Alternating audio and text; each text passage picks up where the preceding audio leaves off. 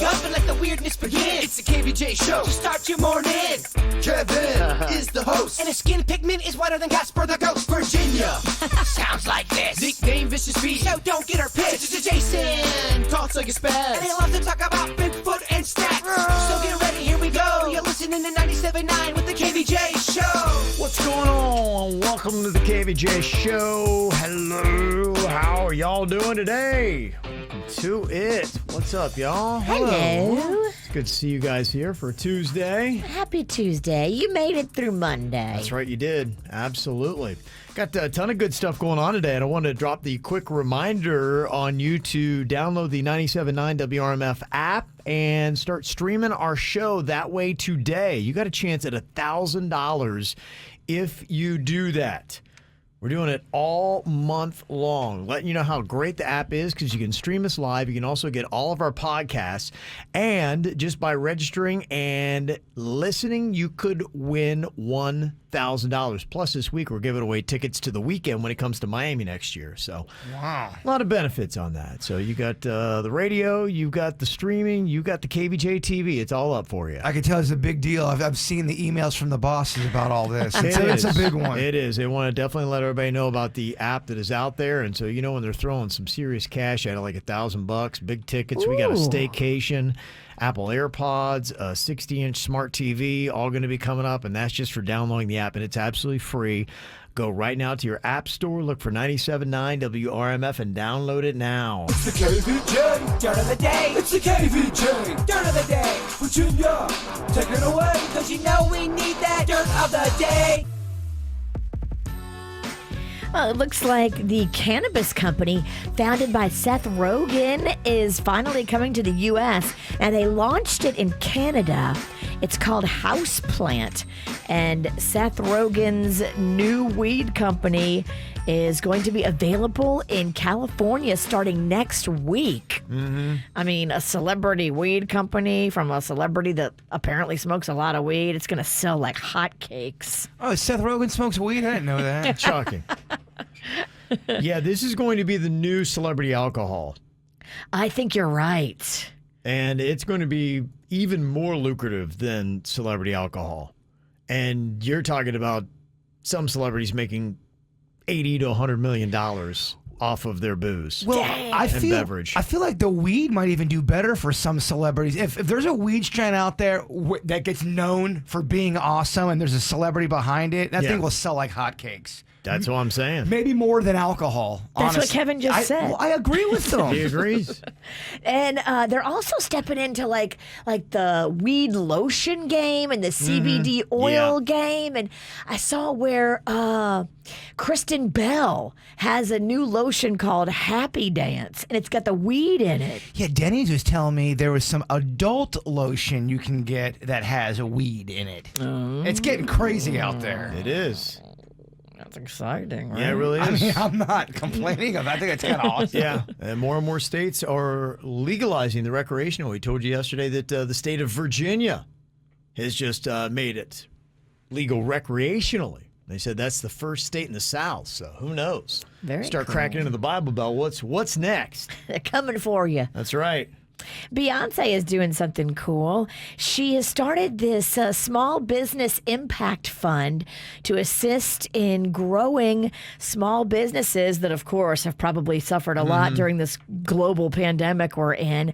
The grants that she's going to be giving are all a part of the Be Good and NAACP plan to expand economic opportunity for businesses. So she's teaming up to find small Black-owned businesses and granting them with $10,000 each. So that's awesome. And finally here, it looks like Hilaria Baldwin and Alec Baldwin have a new baby. Okay. Thought they already had a new baby. She just gave birth 5 months ago. Okay. You know what it is? Maybe the hot water of this scandal, like, oh my gosh, we got to do something. Let's change the script. Let's get pregnant. Everyone loves a baby. Let's adopt a real Hispanic baby. That's what they what they did. had to So do, yeah. finally we can have somebody in our family actually be Hispanic. Yes, they just had baby Eduardo 5 months ago. That's funny. And now there's a new little baby. It appears to be a baby girl. I'm not positive, though. They're not giving any details. They won't talk about where the baby came from, but anybody can do the math and go, oh, she just gave birth 5 months ago, so you can't give birth again. Just had a scandal. We just had a scandal. All right. Don't look over there. Look over here. over Look here. at this cute baby. They're a joke. The old bait and switch with the baby. And that's what's going on in your dirt. You're listening to the KVJ Show on 97.9 WRMF. What are you thinking about? What are you thinking about? What's on your mind? Are you thinking about? What are you thinking about? What you thinking about, Jay Bird? So before I really do the legwork on this, I want to make sure we were serious and this wasn't just drunk talk. We talked a little bit on Friday about doing an experiment. I claim I cannot get stung or bit by sea lice. Okay. And we wanted to do an experiment where we get a big old tank of sea lice and we put me in that thing to put it to the test, really. 'Cause a lot of people aren't believing me. They think, Bird, you definitely can get sea lice. I think maybe you've just eluded them.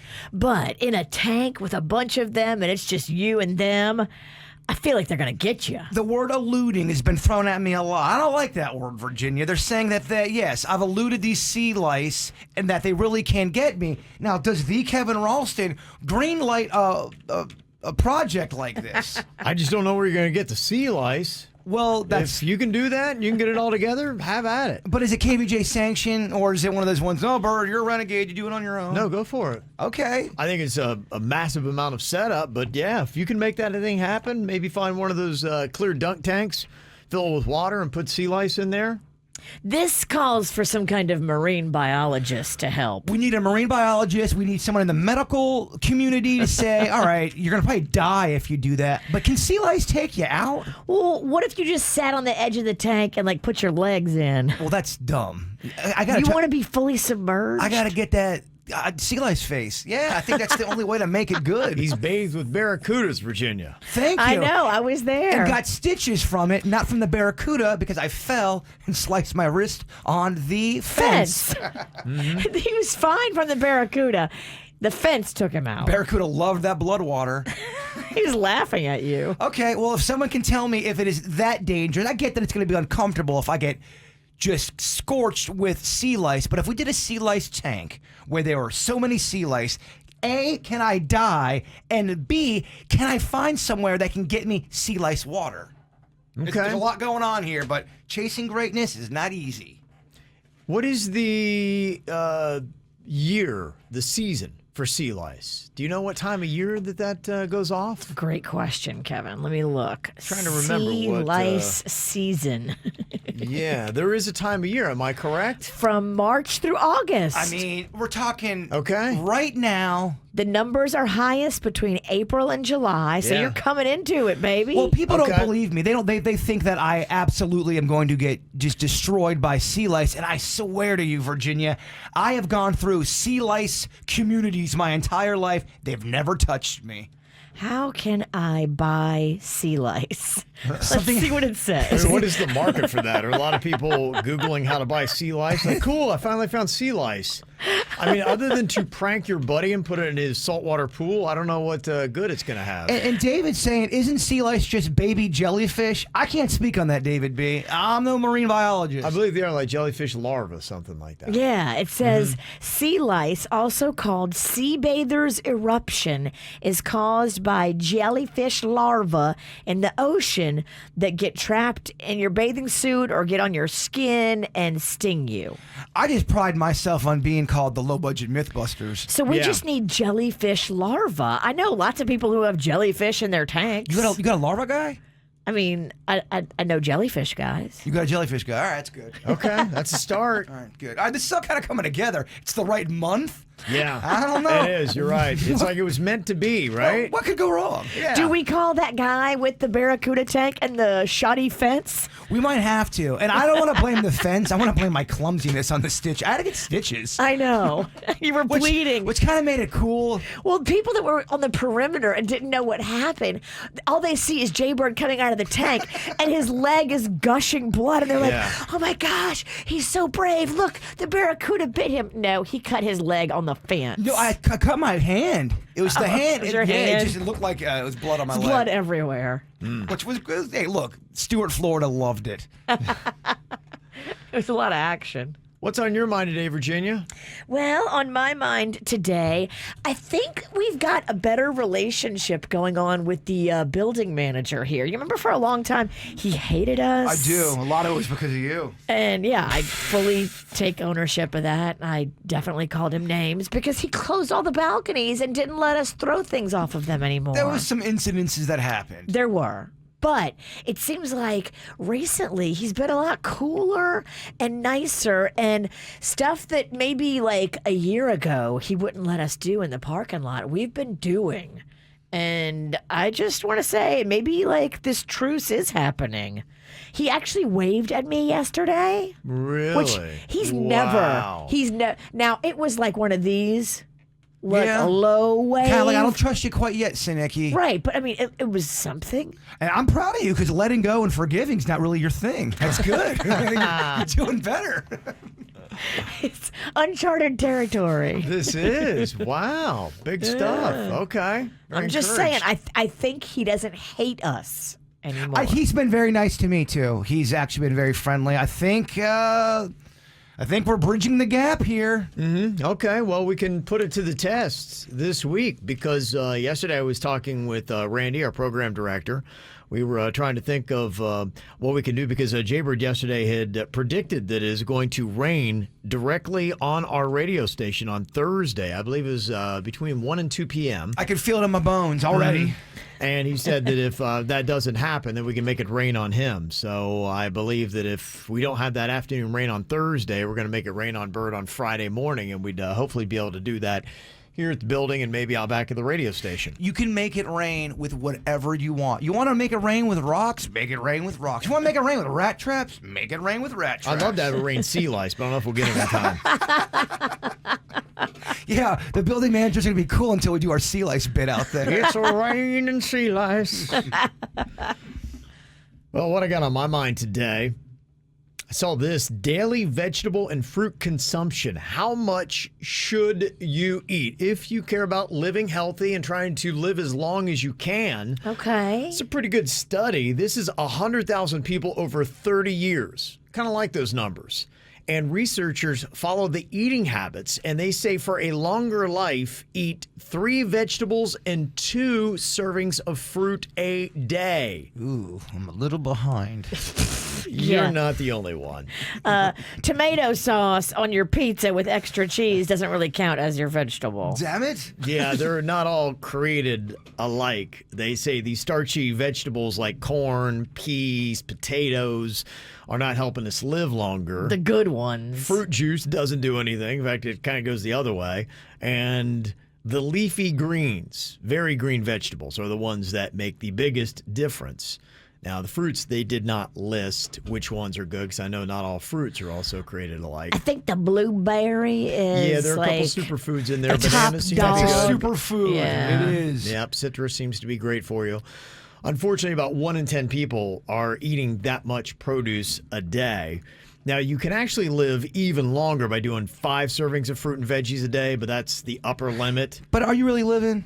Are you really living? It's tough. That's what, we talk about in the squeeze.com commercials is it's really tough to eat that much food. Thank you. And so that's why I like doing the juice stuff is to try to get those vegetables in you because obviously it does make a difference and it will help you live longer if you can. And those squeezed juices have the juice option where you can get all the vegetable juice without all the sugar. Right.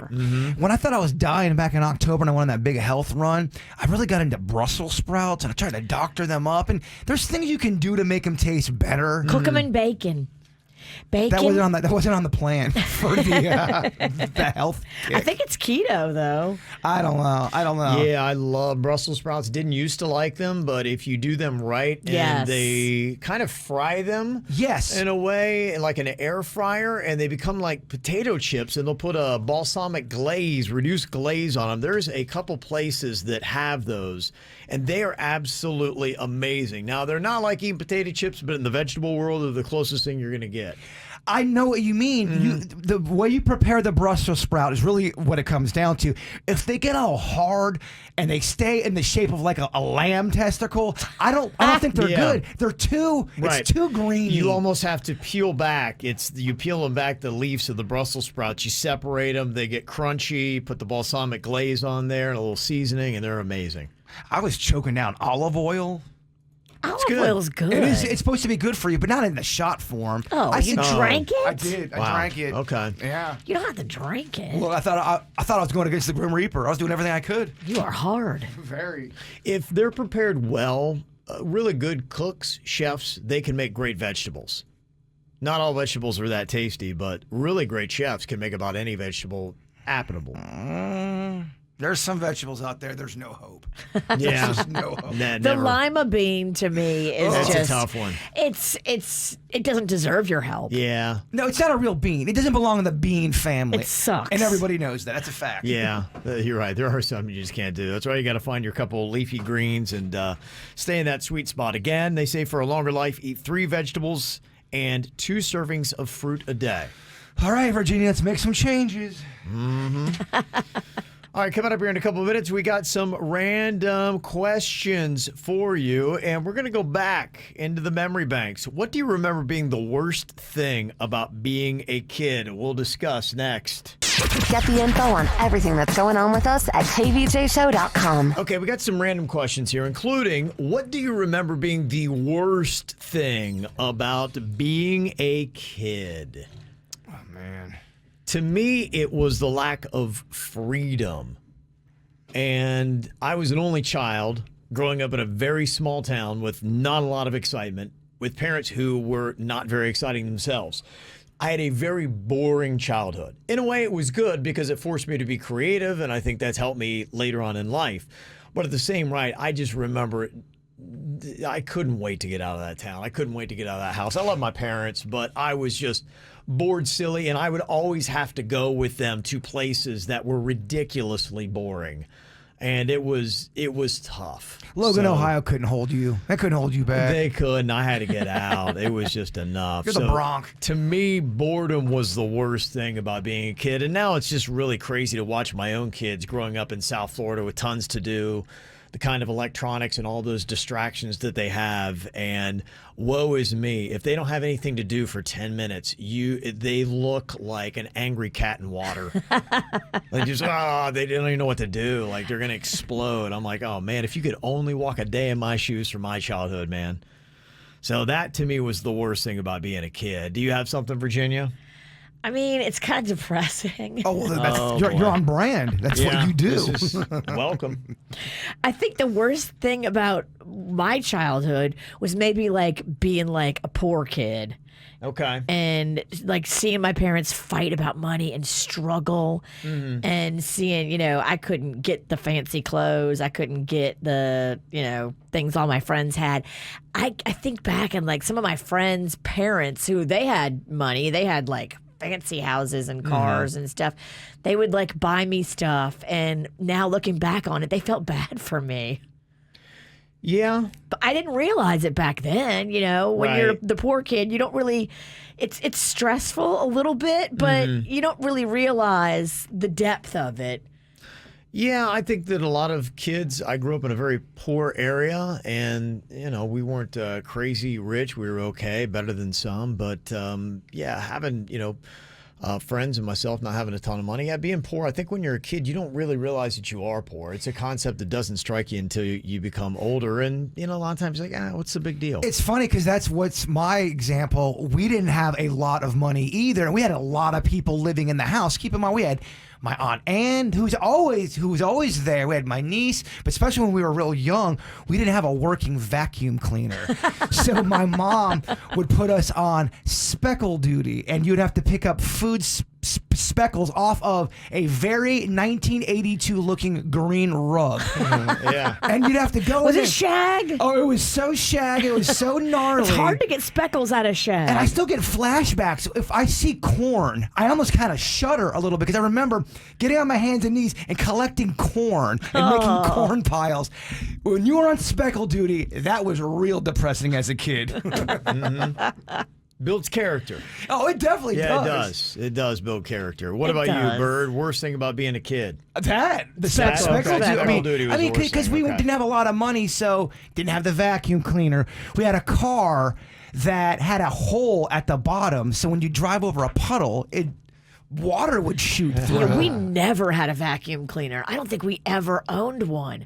Like, my mom would do the Mexican thing where you roll up the rug and go shake it in the yard. Yeah. And it's weird, too. I can see some of that when we growing up through those. We weren't poor. I don't want people to think we were poor, but we had to struggle a little bit. And doing things like speckles and all that, I think, does go into your personality, to your point, Kevin, in a good way. Yeah, absolutely. No, it really does. In fact, I think you could make a good argument that if you had two options, that it might be better to grow up poor than to grow up spoiled and with too much money. Yeah, go ahead. Yeah, you're right. I mean, it's hard to like figure it out in your head, but growing up worried about money. I was a young girl and I remember being worried about money.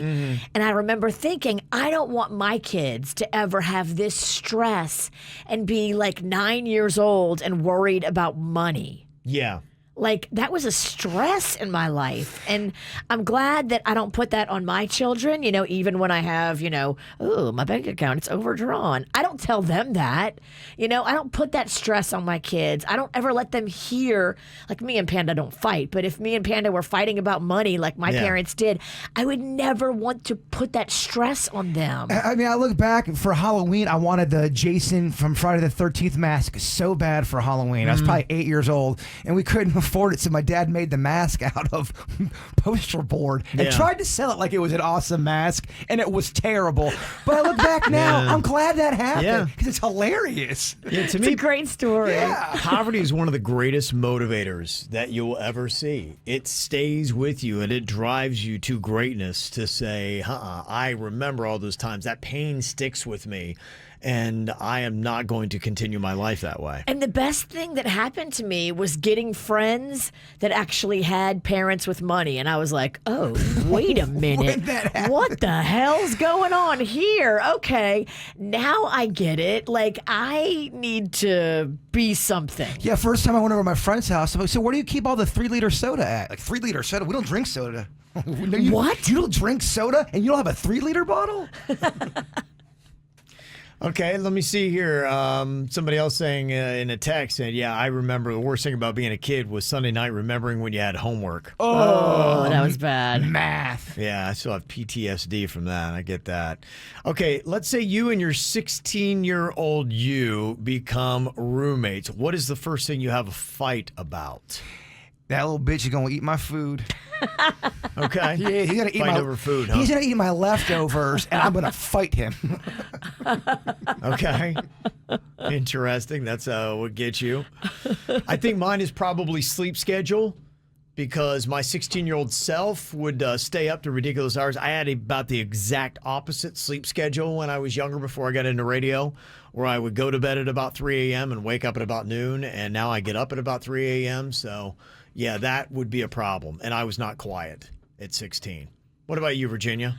Gosh, fight with your 16-year-old self about probably hanging out with the wrong people. Oh, yeah. Yeah. I can see that happening, Sinicky. I used to like sneak out of my house and go run the streets and just be a wild hooligan. You always said you like to climb things, so I pictured you did. sneaking out of your window and just climbing on all this illegal stuff. I used to climb on roofs at night. Damn you hard. Because if you were a bad kid and you wanted to go hide and like drink something and have nobody see you, go up on the roof of like a church at night. Nobody's up there. Sounds safe. Sure, why not? Go on a church illegally and go drink On a roof. on a roof. That's Virginia's thought for the day. It's a little edgy. That's real edgy. Would you rather live a long, tough life or a short, comfortable one? How tough is tough? Are we talking torture chamber? No, but you struggle. There's issues that happen. Probably people close to you die.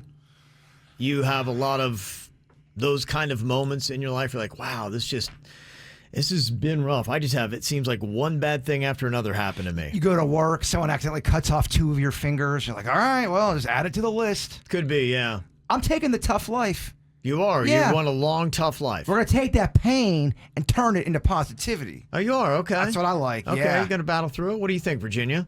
A long, tough life or a short, comfortable one? I don't know. I think I'm going short comfortable. Because I see like friends in my world that live tough lives. And it just feels like a couple of friends in particular, I feel like, man, for some reason, there's a black cloud that just follows in toughness at every damn turn. And if it's not this, it's that. And they struggle, and I feel really bad. Is it any fault of their own, potentially or possibly? I don't think so. I think there's just a black cloud.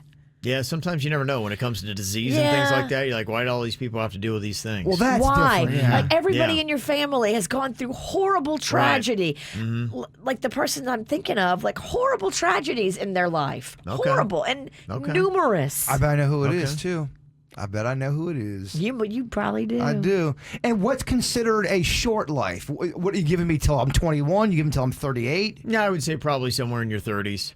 Dang. Yeah, late 30s. Late 30s? Yeah. It's a decent run. We'd all be dead, though, already. Yeah, you'd already be dead. Damn. We're at past the halfway But you had a point. good run. You had I a great feel like time. I already had a good run now. I mean, you could take me out now. I don't want to go, but it was a good run. Okay. They actually did this survey. 35% chose the short life and comfortable one, and 32% chose the long, tough life. I mean, when you say long, tough life, are we talking about how I can never find a place with air condition? All my Hot Pockets are frozen in the middle? Yeah, that'd be it for you.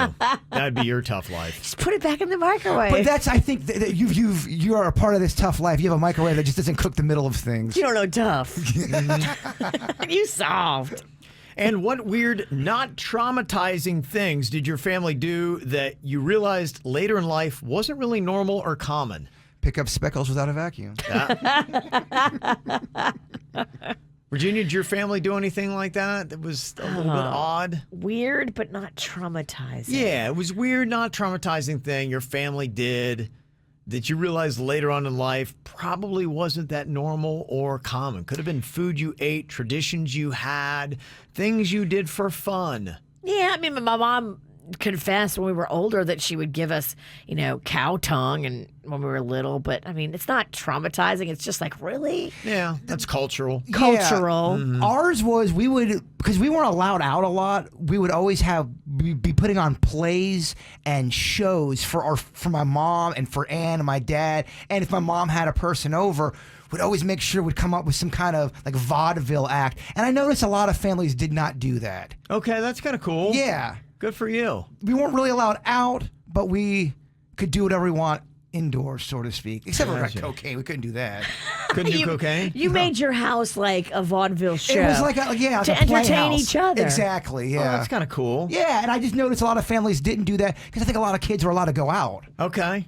Probably the weird, not traumatizing things my family did that I realized later in life wasn't normal or common. That was speaking with voices for the dogs. Hey, Kevin, look at me over here. Oh, okay. Actually, I realized pretty early on in life that was actually kind of weird. So that was the one thing Did that all happened the to mine. dogs have a different voice? Yeah, they kind of did. They had different, things that they would say. They crack up in different ways. So yeah, it was all pretty odd and interesting. But That's fun. Guys, I would love to go back and see a little fat Kevin. Just, oh, man. Sorry. all right. Weird superstitions. Some cultures have them. Some families have them. What are the ones that your family or maybe even your culture had?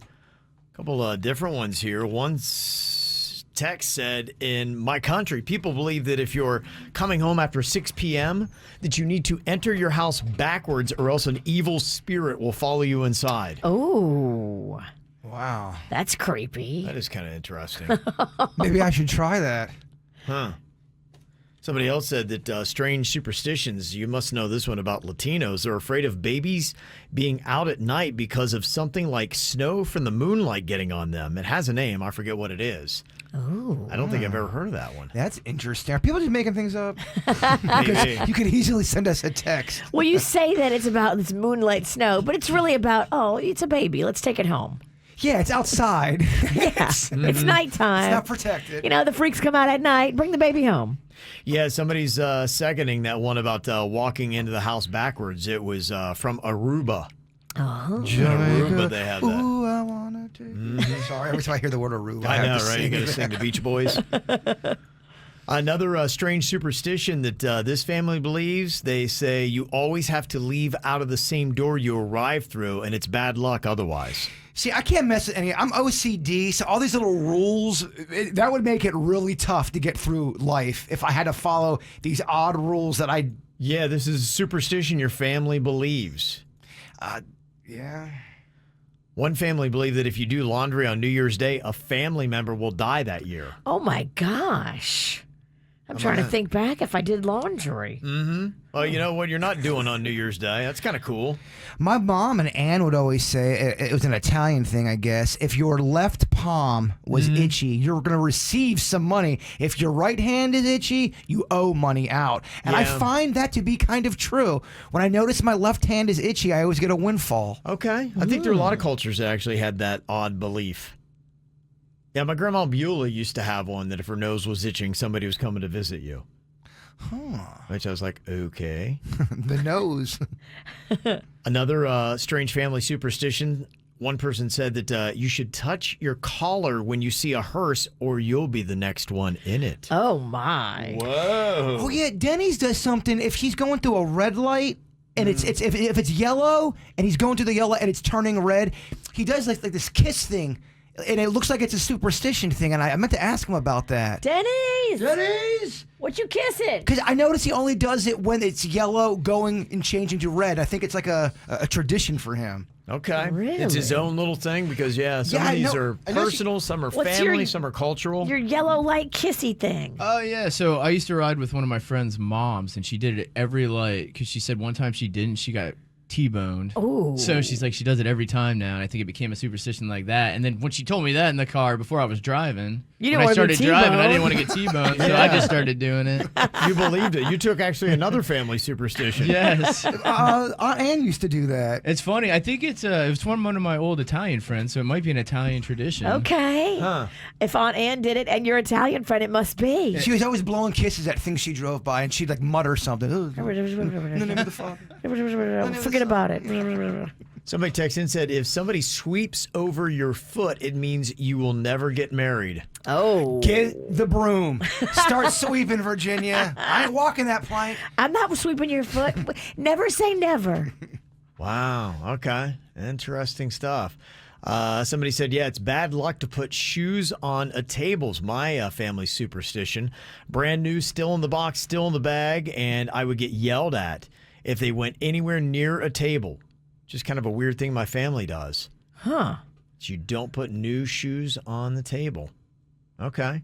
Rocking in an empty rocking chair means an unwanted visitor is coming. Putting a knife face down in the dishwasher is bad luck.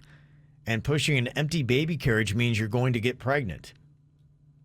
Do you all believe in that one where you break the mirror and you get 7 bad lucks? I just broke another mirror. What? Another one? I stepped on it and shattered it. You break a mirror like once every 6 months. Earthquake Pennington didn't realize there was a towel over it, and I shattered the heck out of it.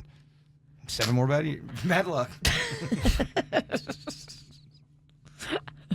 Another one says, when my family is eating together, everybody must clear their plates at the same time, or the person who's not in a relationship will be single forever. Oh my gosh. Is that a family thing? It's their family. Yeah, it's their superstition. My grandma has always said that a woman's purse can never go on the floor, otherwise your money goes away. I've heard that. In fact, they have those hooks for purses and things like that at a lot of bars now. I don't think it's necessarily because of a superstition, but I know there are a lot of people that really do not want to have their purses on the floor. Is it, and it's a question, when someone makes you take, in the cultures, when you have to take off your shoes and enter a house, is that because they don't want you to get it dirty, or is there something else spiritually behind that? Or is there something important behind that, a tradition? I don't know. I mean, I know people that have houses like that, but we didn't have that growing up. But the houses that I know that make you do that, they're afraid you're going to track in mud. But if you are one of those houses where it's not about the mud, what's the purpose behind taking off your shoes? Is it like a respect thing? I don't know. Of spirit? I don't know. Somebody had texted in and said that you also never put a motorcycle helmet on the floor. It's bad luck for an accident. Oh. Yeah. Okay. And somebody else said singing at the dinner table invites the devil in. That was our family superstition. What? That's, oh my gosh. We had Satan at our house. Devil dinner. Devil dinner. Got some celebrity birthdays today, like Rebel Wilson turning 41. Chris Martin, lead singer of Coldplay, is 44. Daniel Craig, James Bond, still with one more movie yet to be released. We don't know when. He turns 53 today. He might be 60 by the time that Bond movie comes out. Right? And John Bon Jovi, Palm Beach resident now, is 59 years old. Also, I got to say happy birthday, double-digit 10th birthday to Preston from Dad, Mom, Brandon, and Cameron. Also, you got Connor turning 10. That's from Mom, Dad, and Chubbs. And a birthday shout-out to Emily. She is turning 30-something and is our most loyal listener in Canada. Okay. Oh. Yeah, our Canada numbers are starting to skyrocket, Virginia. Okay. I like it. Okay, from Graham and the Cat, sending out that birthday wish. Got one for us. Send us the email, mail at kvjshow.com, mail at kvjshow.com. So how much would it cost to be Donald Trump's next door neighbor? There is a beachfront house that is right next to Mar-a-Lago. It is a house that his sister had and put on the market in 2018. It's an 8-bedroom house, 10,455 total square feet. It's at the intersection of South Ocean Boulevard and Woodbridge Road. And it's got a formal living room, sunroom, family room, and a library. Any guess for the cost, Virginia, on that? What they're putting on the market for right now? Is it beachfront? Yes, it is. Beachfront. Okay, so it goes from the intercoastal to the ocean, just like Mar-a-Lago does? Yeah, it's on the other side of the road there, South Ocean. Interesting. I'm going to go $35 million. Okay. Bird. They got a jacuzzi? Yeah, they do. Then I'm going to go $39 million. Okay. All right. You're a little closer. $49 million is what they're asking. And the house comes with a free membership to Mar-a-Lago. Ooh. Yeah. Apparently everybody on the street gets one. That's cool. I wonder what that house, just the basic amenities are. You walk in there and just all the cool stuff that would come with a house that much money. Or is it one of those things where you get in there and go, man, it's so much money and it's not that great? Because that can happen too. I think that would probably be the case with this. Looking at the house, it doesn't look overly stupendous. Oh, you're seeing a picture of it? Yeah, I've seen photos of it. In fact, the house, his sister put it up for sale in 2018 for just a little over $18 million. And now all of a sudden Donald's asking for $49. Wow. Is it because he's living next door and it's worth more? Probably. Yeah, maybe that's what it is. If you want to be his neighbor, you got to pay. I guess that's what it is. And he knows that. I guess that's what it is. If you can make it, make it. Yeah, he's giving it a shot, making a run at it. So if you want to be his next door neighbor, it's $49 million. I noticed that too, looking for houses, just even in the Palm Beach Gardens area, that have all these expensive houses that were way more money than some of the other houses I was looking at. And I'd go in there and go, wow, this house is not even nicer than the one I just looked at that was way less money. It's just weird. It's sometimes expensive does not mean fancy and awesome. Yeah, because the buyers set the price. And sometimes people way overvalue what they have. I mean, you're talking $49 million. I'm expecting to walk in that house. There's going to be a soda machine, fountains, all amenities that you'd want. a soda machine. Well, You can put one in, Pooh. I know. Don't call me Boo. It makes me feel uncomfortable. Yeah, they say right now, in fact, it's not just what is going on with Trump's house right next to Mar-a-Lago. They said in all 3 South Florida counties, home prices are 20% above their historical highs. Yeah, everybody wants to be down here because Florida's open. Yeah. And Florida has beautiful weather. And Florida has no state income tax. Right. Like, you just keep adding up all the cool things, and it's a mass exodus from all these other places. Yeah, it really is. I told you the other day that 300,000 people from New York City have changed their address to South Florida, so they are coming. 300,000. 300,000. That's a lot of people. And I didn't realize this. It says that builders over the past decade have underbuilt the market, and they're now trying to catch up. So there's not a lot of added inventory that's out there. It's supply demand. Wow. And so that's another reason why you're seeing home prices 20% higher really than they should be. Yeah, there's a lot going on out there. If you're looking for a house right now, we know because we just went through it with Jay Bird. Like, houses will be on the market. My girlfriend's house was on the market for 8 hours. Yeah, 8 hours. The house that I 3 people looked at it. 1 person made an immediate all cash offer. Bam, done. the house that I bought was off the market within, because there was a bidding war with 2 other people, with one of Virginia's friends actually that I found out after, and it sucks, man. It really does. I overpaid a little bit. Yeah. That I wanted to, without a doubt, but I also was sick of looking for a house too. Right. And And then that house was very lovely. And I love the location. Yeah. If you're looking for houses right now, the Federal Housing Finance Agency has been ranking a lot of areas in South Florida as some of the highest in terms of the rise in prices on the homes. They say the West Palm, Boca, and Boynton area is 36 out of 100 U.S. markets, with a rise of 12.1% just in the fourth quarter of 2020. So people had it with the pandemic, and at the tail end of 2020, people were like, I'm getting out of here. And the West Palm Beach, Boca area was number 36, where they were choosing to go and get out of. Fort Lauderdale, Pompano, and Sunrise is 44. That increased 11.7% in home costs, and Miami Beach, and Kendall is 72 with a 10% increase. Yeah, I wanted to continue the trend of just doing everything wrong. So I figured, you know what? Yeah. Prices are real high. Now's the time to buy, Bird. Let's go now. I waited all this time. Yeah, good. Timing's always been my thing. Why underpay when you can overpay? Which I did, but stop sending me those emails, guys. I don't care anymore. People are yelling at They you. do.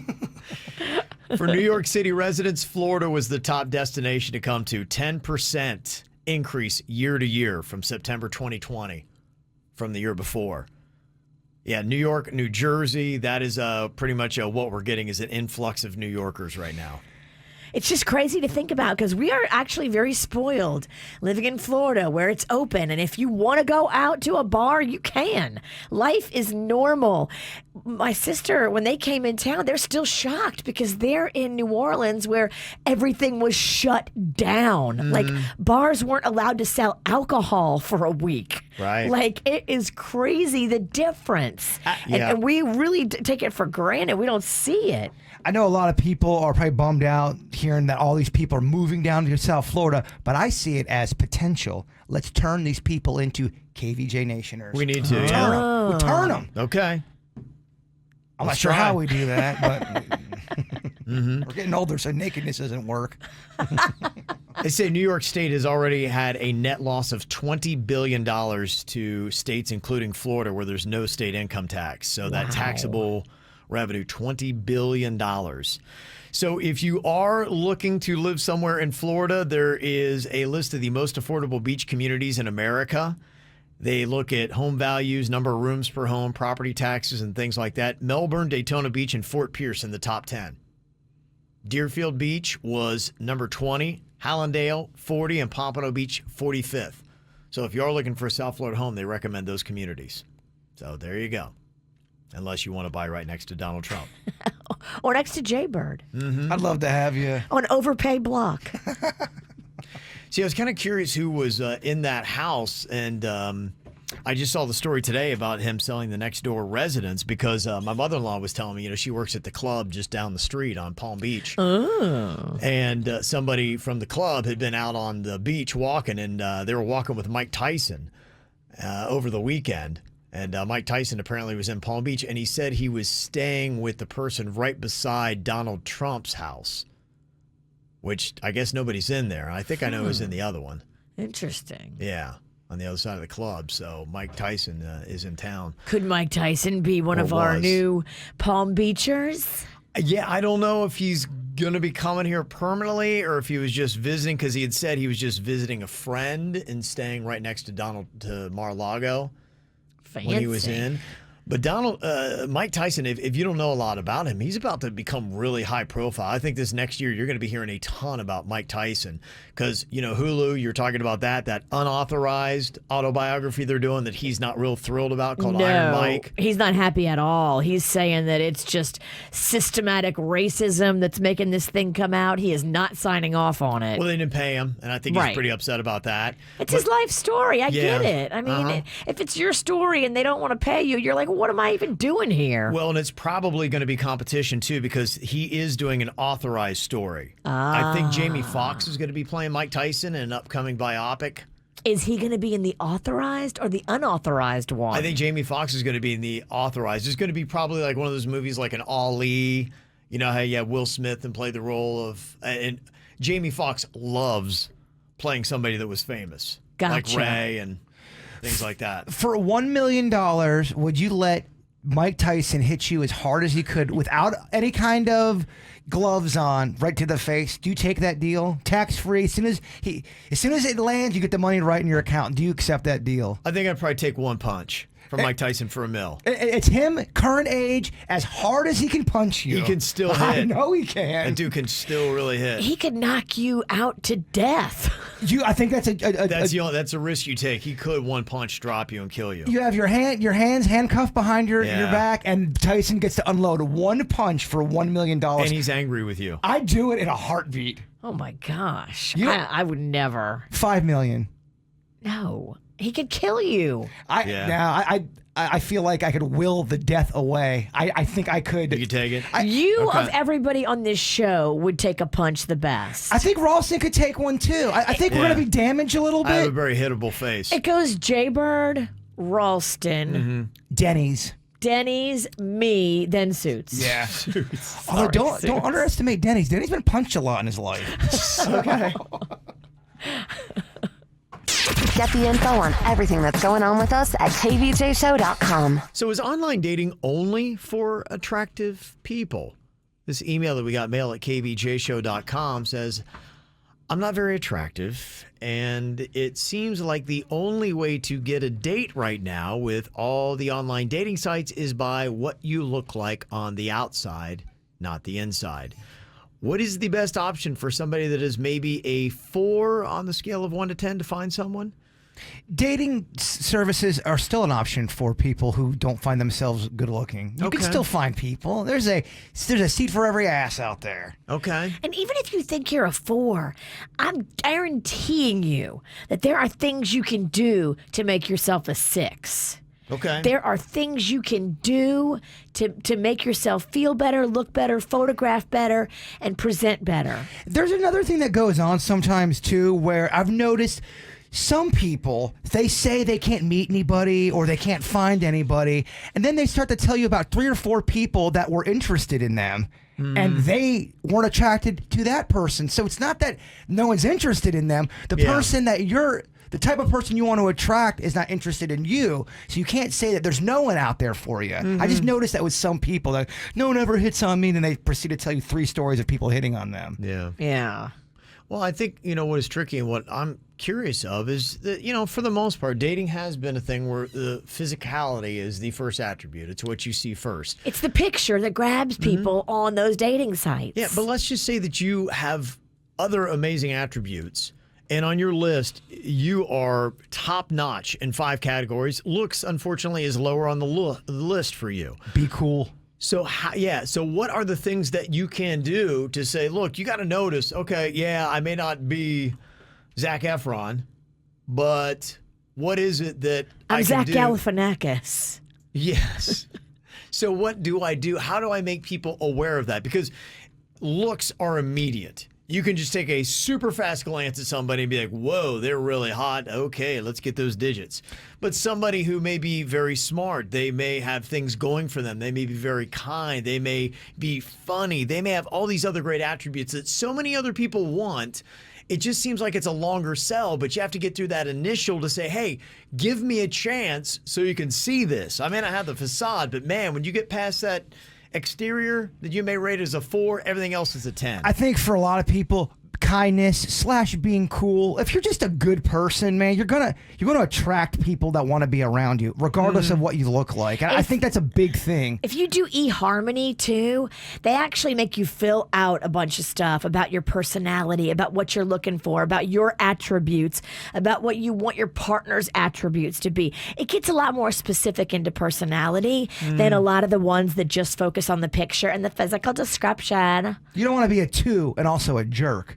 Yeah. But wouldn't it be great if those dating sites would have a score like you would see on Rotten Tomatoes? You can immediately see what the looks are and you judge where you would put somebody on the scale of 1 to 10. But you could have a character score.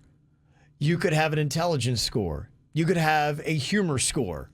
And you would have all these different ratings say, yeah, they may be a 4, but they are a 10 in character. They are a 10 in humor.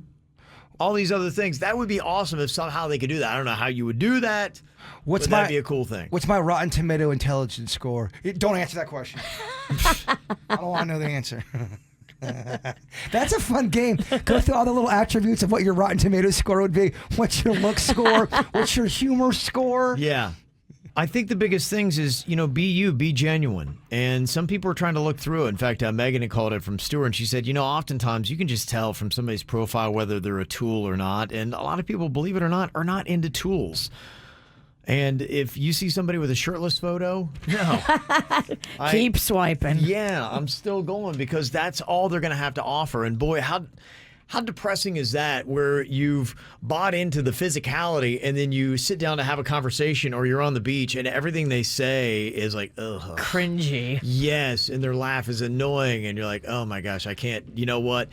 That physicality, it drains very quickly. Yeah, it drains very quickly if you're with somebody and they're laughing like, ee-haw, ee-haw. Yeah, absolutely. It's tough. So you're right though. You can tell a lot about a person by what they're posting and what they're writing about on social media. I didn't think it was real life, but you can tell. You can start to see what someone's about. It would be interesting, and I don't do the dating sites. I never have. It was a thing before I really got into it. But if they did some things where you really could start to leave examples to show that, oh, wait, you know what? Looking at this guy's profile where there's a little bit more depth to it, you could say, okay, there's some things here that I can see. Sure, to my eyes, they're a 4 out of 10, but I can see, man, and everything else that truly matters, they're a 9 or a 10 in every category. There's been people I've been interested in, and then, you start talking to someone, and then you look at their social media, and oh my gosh, there are red flags to run from with someone's social media game, for real. Totally. I don't know if you want to date a Facebook fisher. You don't. Mm-hmm. No doubt. Well, I would say when it comes to the online dating for the person that sent the email, somebody maybe with the physicality, they get the initial catch, but if you want something long-term and meaningful, which is probably and hopefully why you're there in the first place, you be you and don't try to be anything else and just sell your best attributes and the right person will come along. If you ask my Aunt Ann, she'd always say, you need to go to the library. You meet nice people at the library. I'm like, Ann, it is not 1955. Aww. She thought the library... That's adorable. It is adorable, but she thought the library was this hot spot happens. of picking people up. Yesterday on the show, people were getting on me for how I say Tijuana Flats. They were saying it's not Tijuana, it's Tijuana. And we found out that the restaurant actually changed their name and the pronunciation of it. So if you're talking about the place that serves the tacos, it is Tijuana.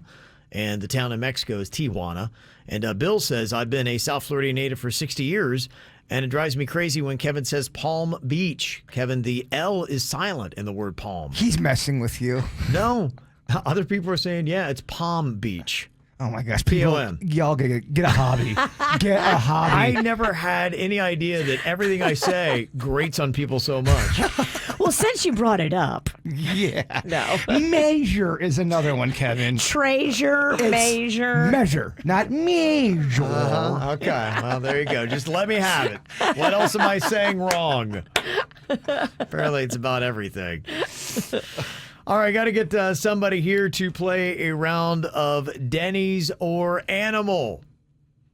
Got apparently a topical story here in our sounds today. You know, Denny's is always trying to kind of do that. I know that somebody had even sent an email and they'd recommended, love to hear the sound of foxes being tickled. Ooh, can you tickle a fox? Apparently so. So that's one of the sounds we have today in Denny's or Animal. We'll find out if that is the real fox being tickled.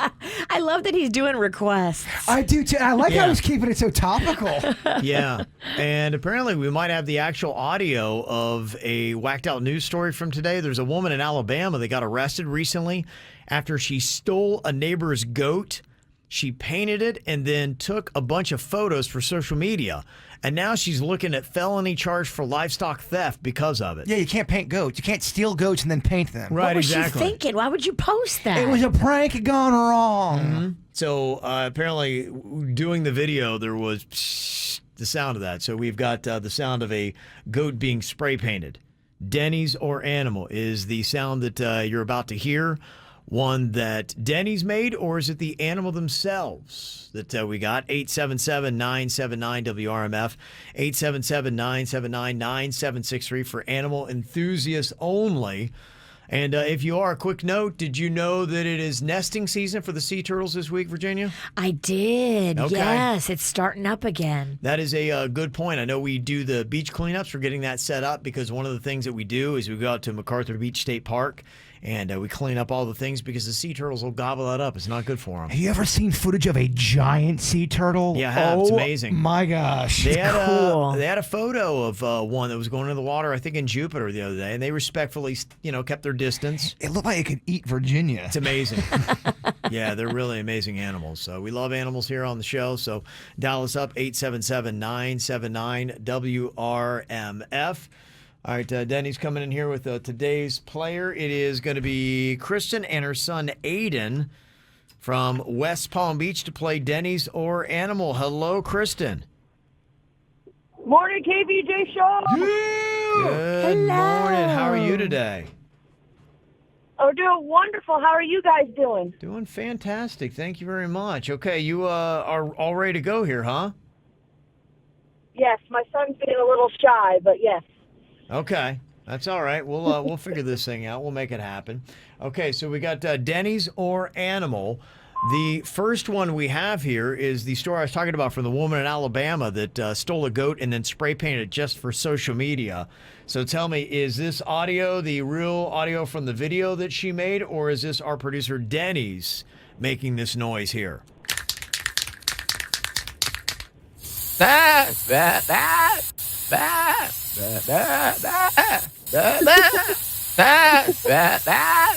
Okay, again. I don't know, man. It doesn't sound like he's struggling. It sounds like he kind of likes it.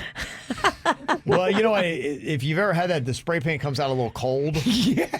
Refreshing. Yeah, so I think that's kind of what it is. Just like, oh, It doesn't sound angry. It just sounds a little it's just like uncomfortable. Cold, Yeah. cold. That's goat. That's goat for saying it's cold. What do you think here, Kristen and Aiden? Is that Denny's or Animal? It's Denny's. Gonna go Denny's on that one. Yes, that one is Denny's. Very nice. Very nice. Okay, next up here, the other thing that somebody had requested was foxes being tickled. They wanted to hear the audio of foxes being tickled. That was actually a request for Denny's or Animal. So what do you think? Is this really two foxes being tickled, or is this Denny's?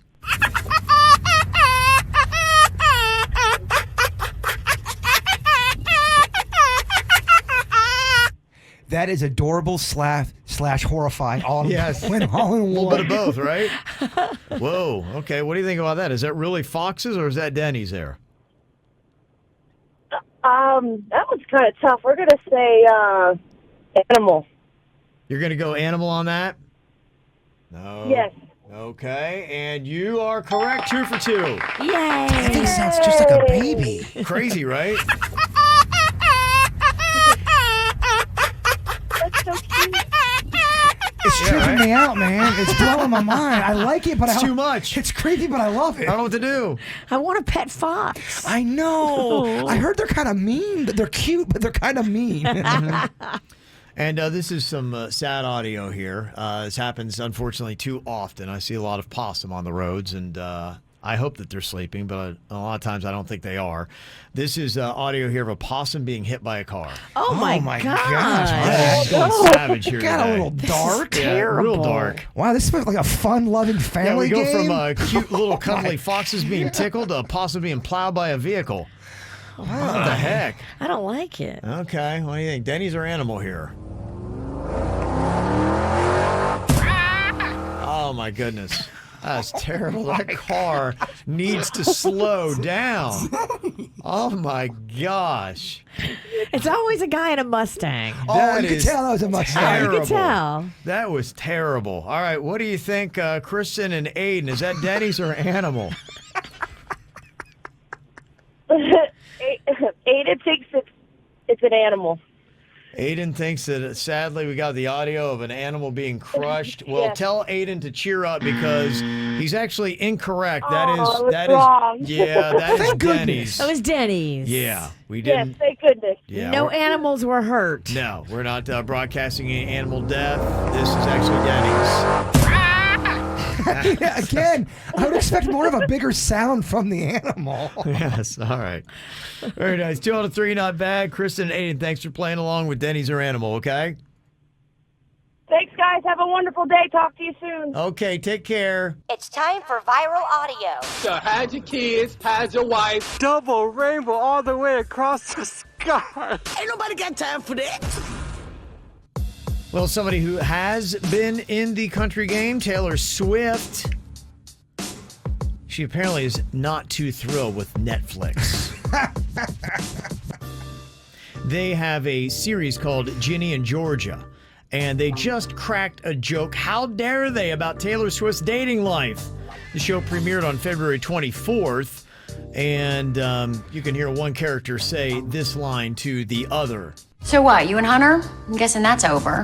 What do you care? You go through men faster than Taylor Swift. Uh-oh. Yeah. But it's true. That's funny.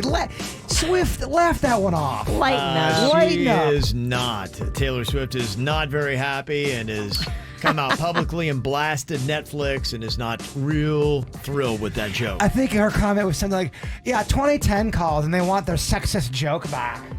Sexist So, joke. something like that. It was. I'm paraphrasing. The Swifties will get me if I don't get it right. But she did fire back with a comment. Yeah, I know she's... Something about 2010 called. Okay. If you can't laugh at your past and how many guys you did run through, quite a few. Like, Well, it's just come you're a on. public figure. It's a joke. It's a In a joke. TV show. Stop being so good. She called it lazy and deeply sexist. Deeply. That's what. Yeah. Deeply sexist. You go through men faster than Taylor Swift. Okay, lazy I'll give you. Maybe because that's a predictable joke. Still funny, but deeply sexist. Well, it's funny only because Swift is getting so mad about it.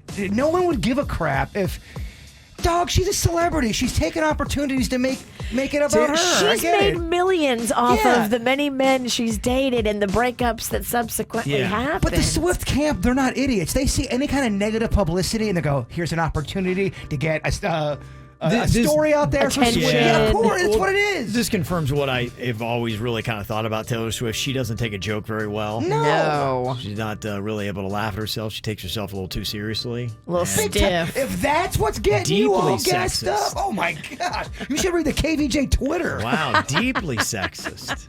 Yeah, Okay. watch the KVJ text chat during the morning show. Wow. That Okay. is nothing. All right. Well, that's her parameters of deeply sexist then. Oh, Taylor, stop Okay. it. She ain't no Taylor. Shake it off. Yeah.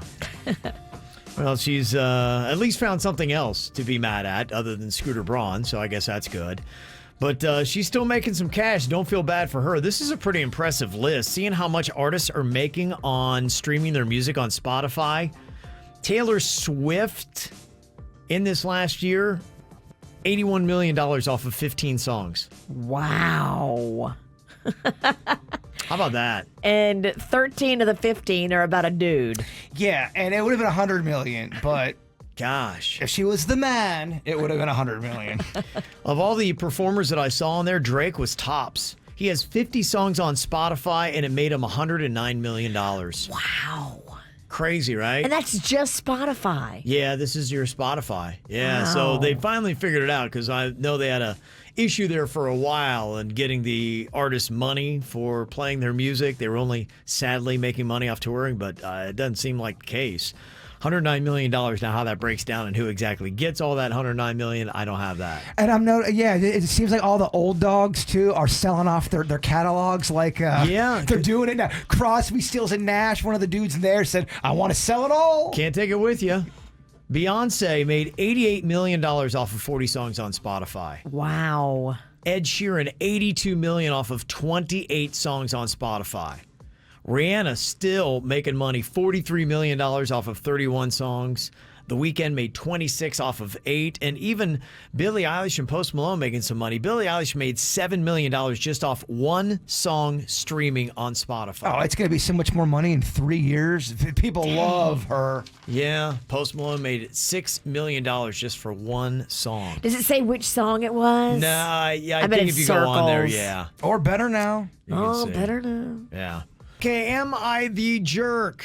Ever do something and you're wondering, okay, was that kind of a jerky thing? Sometimes we don't mean to be a jerk, and actually, accidentally, we can become the jerk. And maybe this is what happened with Denny's yesterday. Getting a chair at the Office Depot, and some nice gentleman helped you to your car with the chair. And there was a comment made because you lacked doing something, Denny's, in this whole exchange. You didn't tip him? I did not. Well, I was in the car waiting for Sweet Denny's to come by, and I noticed the guy walking and loading it up in the Jeep and doing all that stuff. I'm thinking, Denny's going to tip him, I think. And then the guy kind of stood there for a second, and then he walked away. And I go, did you tip him? He's like, no, I didn't know I had to. Not everybody tips him, but it is nice to throw him a couple bucks. Well, the weird part about it was I already had the package walking it out. And the guy goes, "Hey, I'll give you a hand." And I go, because he wanted a tip. Well, and I go, "I'm cool. I'm parked not too far." And he goes, "No, any chance I can get out of this building, I will take because it's so agonizing here." And I go, "I'm really cool, man." Oh, he's working for that tip. Well, I go, "It's cool, man. I got it." It's so agonizing here. And oh, man. So I'm start walking, and he meets me at the curb, and he goes, "Dude, I'm going to help you carry this out. I got nothing to do." And I go, "That's cool, man. If it's not interrupting you, definitely." And that's how it all happened. He, like, pressured me into He was kind of like a polite bully. Well, he wanted to carry it out for me. He couldn't believe I was going to wanted a carry tip. this thing. Yeah, well, so he's working so hard for it. And so I had him bring it out because I was already in the parking lot. Well, you said no a couple times, like, "No, dude, I'm doing it," basically. I said no 3 times, and after the 3rd time, I'm like, "That's fine." I wonder how it would have gone had you said, "I don't have any cash on me to tip you, dude. I don't want to make you go out of your way." Yeah, I know. And now in hindsight, that's something that I would think of like 30 minutes later, but not in the moment. I mean, it's possible he was bored, wanted to get out of the office, and they may not even be allowed to take tips at Office Depot. I don't know what I've never the heard rule of that. is. Even if the company policy is they're not allowed to take tips, they all take tips. He was hustling me. He wanted that tip. All take tips. So I would have never considered it, but Bird brought it up so many times. I was like, I didn't know I was supposed to tip him for that. Well, we got to bring this up on the radio. We have to shame you. No, Denny's is not a jerk. I've been in that situation too. It happens so quick, and you go, "Wait, was I supposed to tip that person?" Nowadays, I give him everyone's 3 getting times. tips. It's kind of tough to be in those situations. I remember the toughest one that I had was, we used to do our events at Blue Martini, and they had the person that works the sink in there when you go to the bathroom. And so we're there the bathroom attendant for 2 hours. and I was drinking beer, had to keep going to the bathroom, but every time I did, and all I had was 5s. And I'm like, look, I don't need anything. I don't want your mints. I don't want anything. Like, I don't need you to hand me a towel. Like, You I have to can do turn on all the this. faucet. I can handle I that. can do all this kind of stuff. Like, can I please just do it myself for free? Because I've already given you $25. And because I am a functional adult. Yes. I can turn on my faucet and pump my soap. And I've wondered that, and I got to the point where I'm like, no, I'm good. And I just, the last time, I'm like, okay, am I the jerk that I didn't tip him $5 every time I went in there to go to the bathroom? Like, I can't afford to do this. Well, it sucks when you lose money at a work event. Right. And I wasn't asking for the service. I didn't want it. Well, Denny's situation is unique. He turned the guy down several times. I don't want your service. I'm going to do it. And then he made him feel uncomfortable to the point where, does that person get a tip? Well, that's what I'm wondering. Does he really want the tip that you bad? shouldn't reward that kind of behavior because that's really kind of pressuring you into, and you were like, no. And then finally you're like, all right. It's uncomfortable. It's uncomfortable. And I think that the business would like to know that one of their employees is running that scam. I don't know if it's a scam. He was super nice. Yeah, he's a nice guy. It's not a scam, but it's a hustle. It's got to be some sort of It's hustle. a hustle, and they don't want that for their people because it makes it uncomfortable. I don't know. Maybe it was a hustle. Maybe it wasn't. The guy, he could have been just nice. I just wonder, do you tip someone that does that? You're supposed to tip anybody who offers you help getting anything in your car. Even when you said, I don't want the help, please, no, I don't want the help. Regardless of how the conversation went, he still did the work. I guess the other one that's real foggy for me, too, is I was waiting at, I stopped at a different Chinese restaurant than I usually do to pick up, and the person in front of me paid, right? They ordered their food, picked it up, and paid. And when they were leaving and I was standing in line to get my food, I heard the lady talking to her son behind the register saying they didn't tip them. And I was wondering if they said that loud enough so I could hear it so that I would tip them. But then I'm like, do I tip them? Because I came here to pick up the food. No one else, there's no other person involved in this transaction. Right. So, except for me, but they were kind of making me feel bad. Tipping is one of those things that I know it's always a hot button because a lot of people feel like, hey, you're not really doing anything for me in some instances. I'm not throwing a blanket statement on all of them, but in some instances, I feel like you really didn't do anything to warrant a tip. And in society, if every person who wanted a tip got a tip, I couldn't afford to walk outside my door. Well, there's a rule, though, on to-go food. Because the person that has to pack it and put the utensils and do all that in there and make sure the order is correct and whatever, it's customary to give that person 10%. I disagree with Virginia on the whole Office Depot thing, only because there are some jobs you get paid an hourly or whatever your is, and you're expected to do these duties. And one of the duties might be if a customer buys something, part of your duty is to go put it in the car. Customer service. That's part of what you get paid for. Yeah. But I don't think that guy's job is to walk you out in the parking lot and load your chair. I mean, I don't see employees at Home Depot being told to do that. Well, it's not Home Depot, it's Office Depot. And I have heard that if it's part of the customer service experience, your manager's going to want you to grab it and do it for the customer. I think he was being nice. For it. Yeah. I think he was just being a nice dude. I'm going to say you're not a jerk. He might have had a subtle hustle built into that, but I mean. Well, he knows if he loads 5 chairs into 5 cars, at least one of them is going to tip him. I'm rolling with Denny's not a jerk on this. Yeah. I probably should have tipped, but at the same time, I mean, I did turn him down. Did you have cash on you? I didn't, but see, there you go. That happens to me a lot. I legit don't have cash on me, and I've asked a guy before, do you have Venmo? Because I don't have cash. That's what I get it. When I go to that one place, I can never think of the name, but the grilled cheese and the cheese curds. That you introduced it to me. They have cheese curds there. Culver's. Culver's. You order Culver's and then you park for a good 10 minutes and then they run out the food to you. And I didn't have a tip, and I could tell they wanted a tip, so I just gave them a handful of nickels because I didn't have any cash. But is that more insulting? And I threw them on the ground. No, never. There was a quarter in there. But it was a handful of change. You go, I'm sorry, I don't have any cash. But what's more insulting? Are you supposed to tip for that, though? I never have cash anymore, and I always find myself in these circumstances. Well, they're running out the food. The same thing when you go to Sonic, when they're running out the... It's almost like that's built into their I service. thought so, too, but then I felt like someone said, you got to tip at Culver's. Some people do tip them, some people don't. I think it's just a toss-up. If I have cash and I have $1, I'll give you $1 or $2. But if you're the person receiving the money, are you more insulted not getting a tip, or is a handful of nickels, a lot of nickels, I think it was over $2. The girl's probably like, I don't even have a belt on my pants. These nickels are pulling my pants down.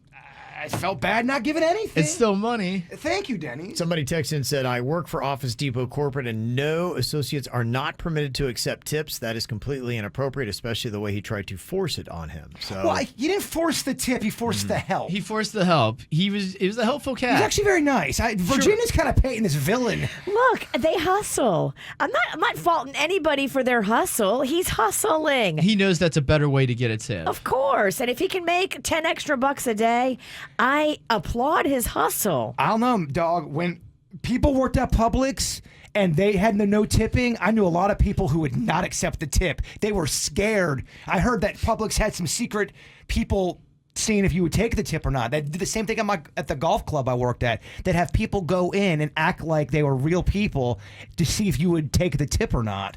Like a secret shopper? Like a secret shopper. And if you would take, someone got in trouble for taking a $1 tip at the golf course I worked at. Damn. Okay. Well, coming up, we do have some other emails I want to get to. If you sent that in for Am I the Jerk? Somebody asking, am I the jerk for using a funeral procession to beat traffic? Am I the jerk if I back out of a kidney donation? Just a couple of the emails. And we'll also discuss Virginia. Was she a jerk when she started off this letter reading, Dear Angry Old Lady? We'll get to that coming up here on the KVJ Show. What's hot now on the KVJ Show? You know, you can actually win $1,000 listening to the KVJ Show or checking out our podcast. You just got to do it on the 97.9 WRMF app, and it's free. Go to your app store, look for 97.9 WRMF, download that thing, and then start listening, and bam, you're in. Get registered, too, while you're there. And you can pick up tickets this week to the weekend when it comes to Miami next year. $1,000 just listening to us live or to our podcast. Cool way to make some cash. You can also listen to 97.9 WRMF on it. A lot of other really cool features, including that mic drop, where if you want to leave us a message in the studio, you can. Just look for the mic drop feature in the hamburger menu. So get it today for free in your app store, the free 97.9 WRMF app. Get the info on everything that's going on with us at kvjshow.com. Tons of emails came in this week. People want to know if they were the jerk. We'll run through as many of these as we can here. First one says, am I the jerk for using a funeral procession to beat traffic? Says, today on the way to a doctor appointment, I got stopped by a funeral procession and subsequently stuck right behind it. Well, since I was the first non-funeral car and was now running late, I put on my flashers and pretended that I was in the procession so I could go through the lights.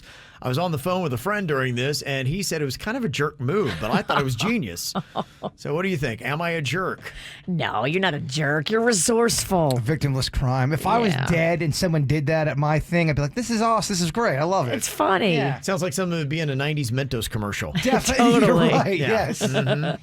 Am I the jerk if I back out of a kidney donation? This was from a text we got last week. It says, I'm in New York, and here it is a 6-week process. I didn't realize that when I volunteered, and I ran this past my job, and they said that they would have to let me go if I were gone for 6 weeks, and I can't afford to lose this job, but yet I've already committed to giving a kidney.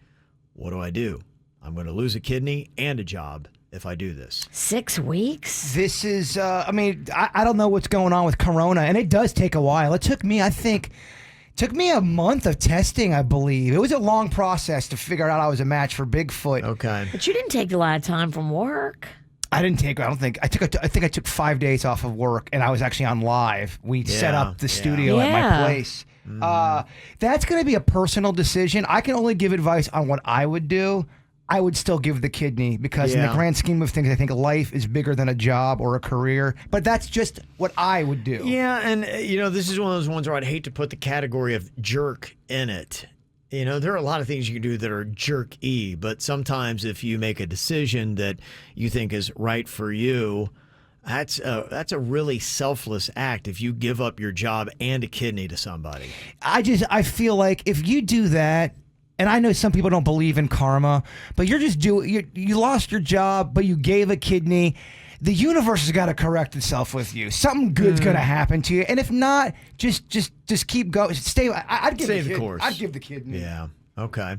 This email wants to know, am I the jerk for selling my dad's pain pills? Says, my father passed away last month and left behind a bunch of painkillers. I had a few friends who take them, and I thought that I'd just sell them the ones that I have to make a little money.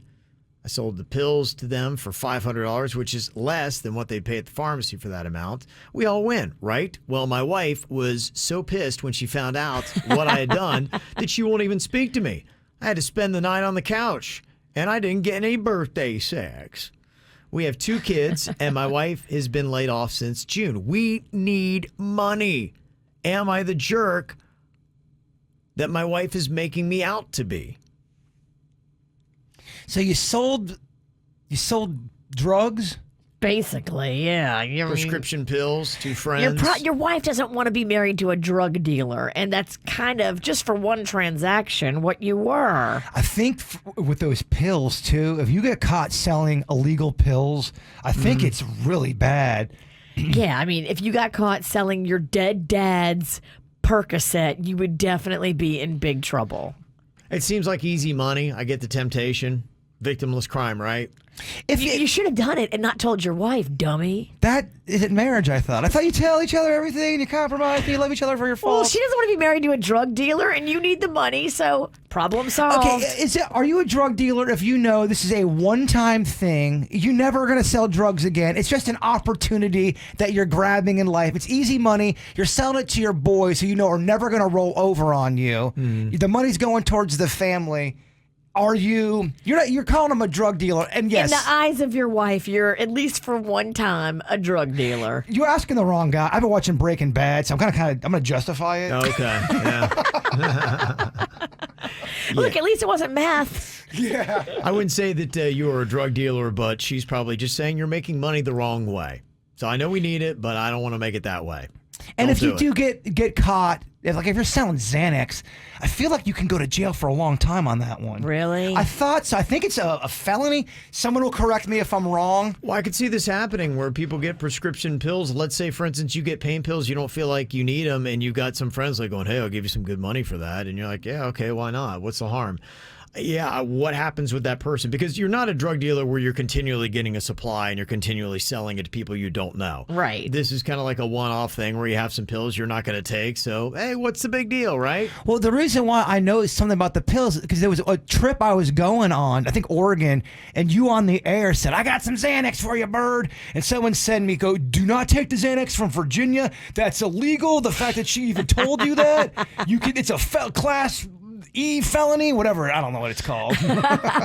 Yeah, I know it's illegal, but I mean, yeah. You're not supposed to be a drug dealer, even if it's one transaction.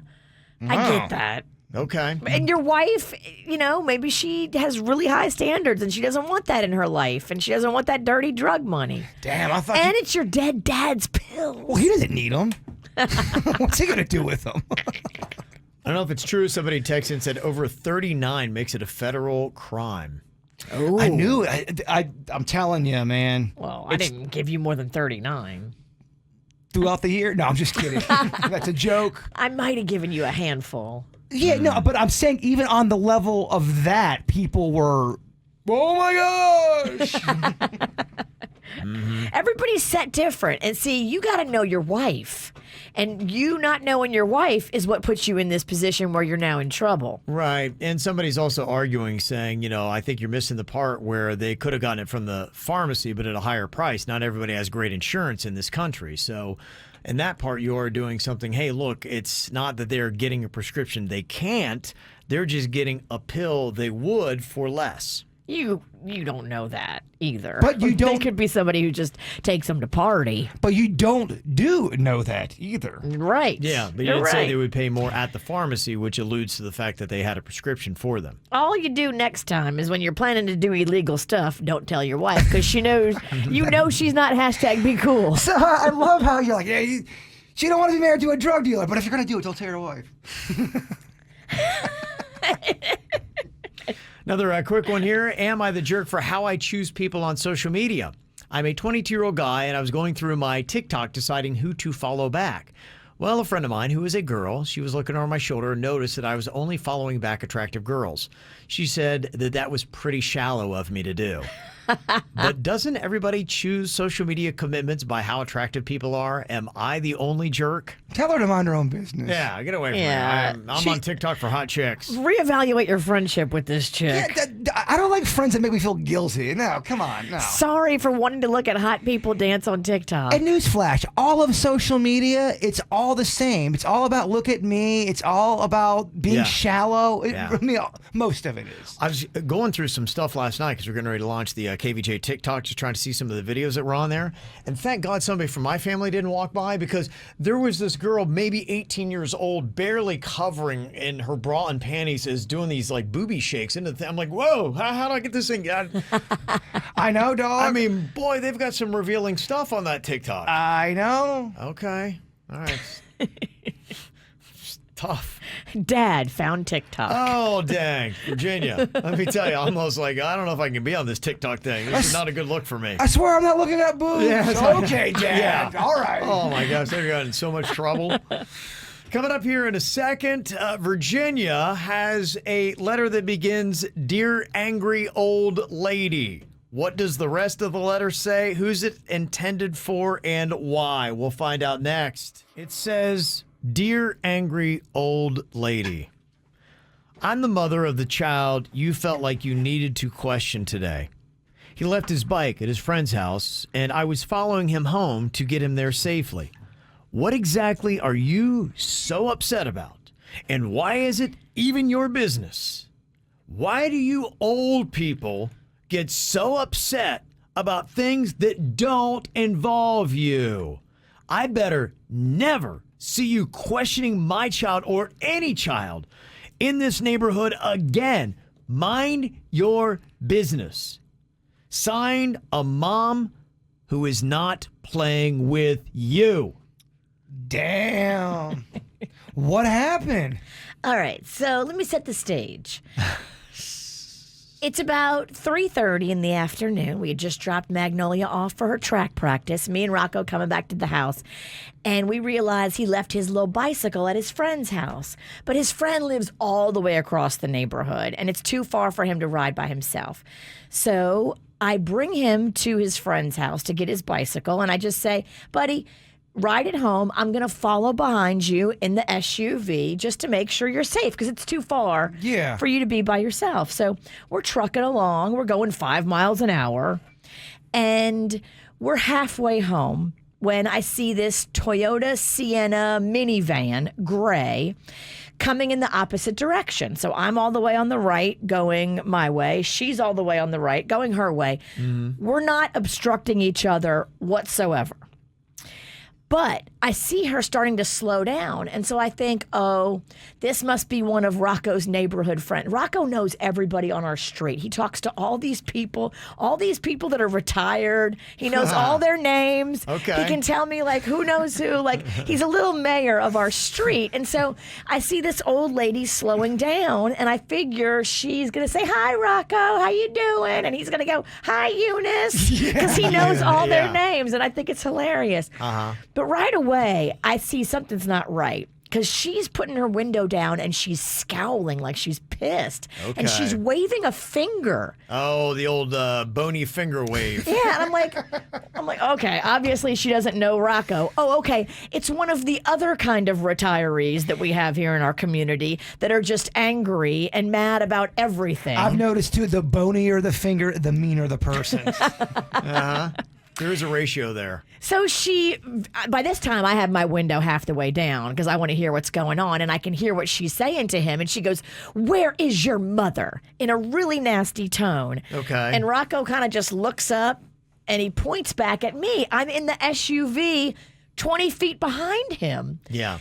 And she looks at him, then she looks at me, and she keeps waving her finger, and she keeps saying something. And she's mad, and she's doing this thing where, you know, when you put your neck, like, when you put your chin close to your chest, and it makes your double chin stick out, but you're still waving your head no. So she had the double chin and the bony finger wave? Yes. Wow. And she's mad, and I'm like, so I'm now like, almost hanging out my window. I'm like, what are you mad about? And she's continuing to mumble something. And I'm like, stop the car and tell me what you're mad about. Why are you yelling at him? And why are you even upset? Like, this has nothing to do with you. She was bringing out the Cajun man, Sinicki. She brought out the Cajun man because don't stop my kid to yell at him. Like, you don't even know what's going on here. Right. And she did not stop. She kept on going. And, you know, when I got home, the more I thought about it, the more I was just like, I'm going to write this B a letter. The rage was boiling. The rage was boiling because I'm like, I got to stop her before she does this to every kid. Because Rocco has also told me that he's been up at the playground with other kids before.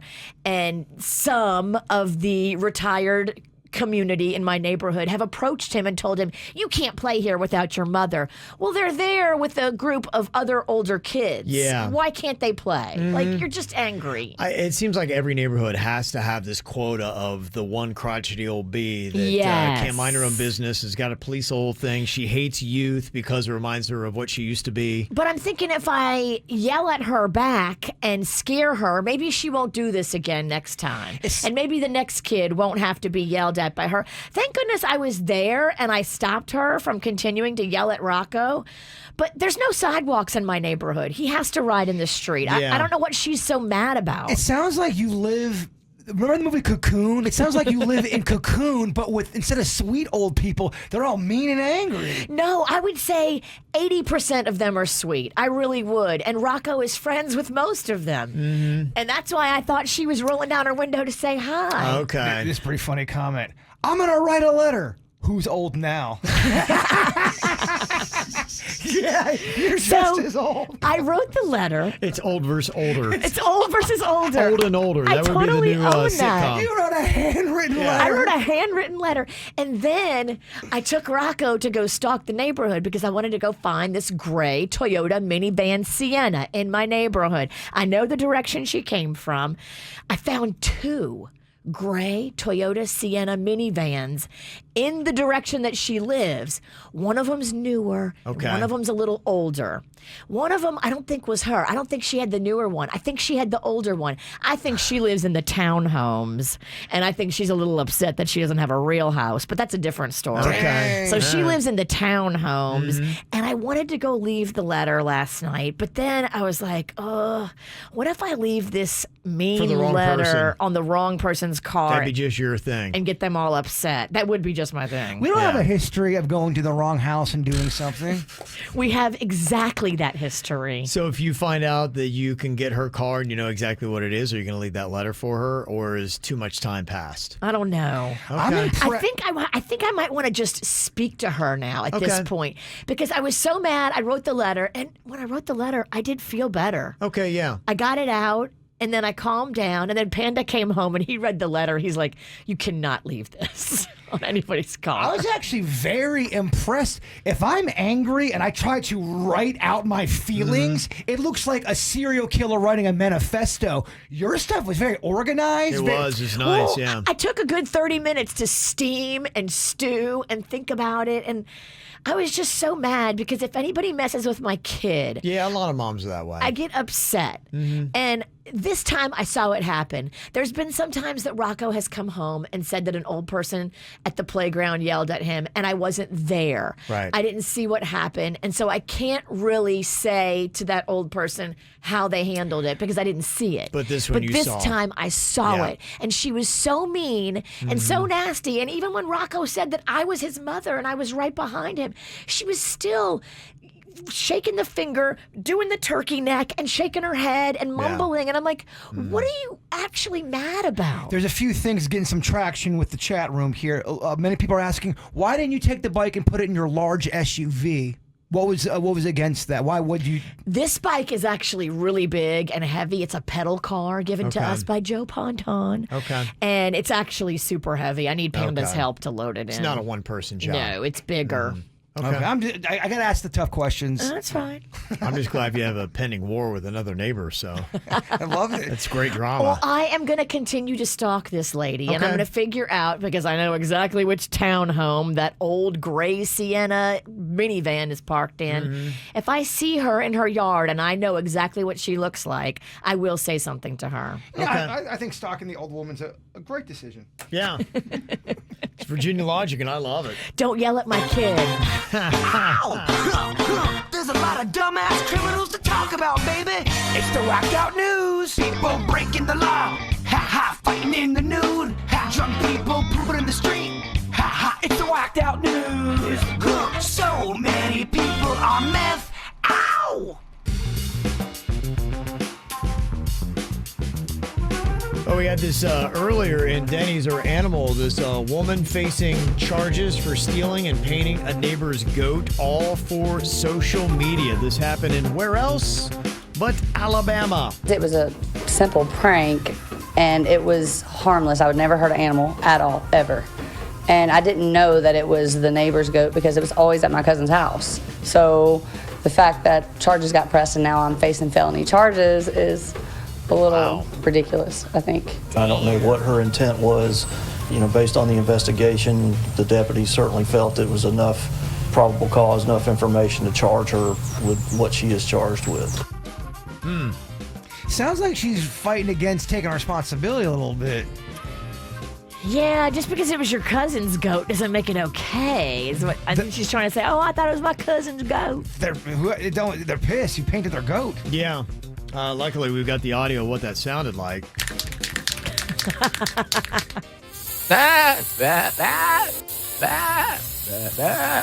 Cold, dude. That was cold. Paint's cold. Yeah, there you That's go. that freezing paint. Yeah, it's so cold. That's a cold goat right there.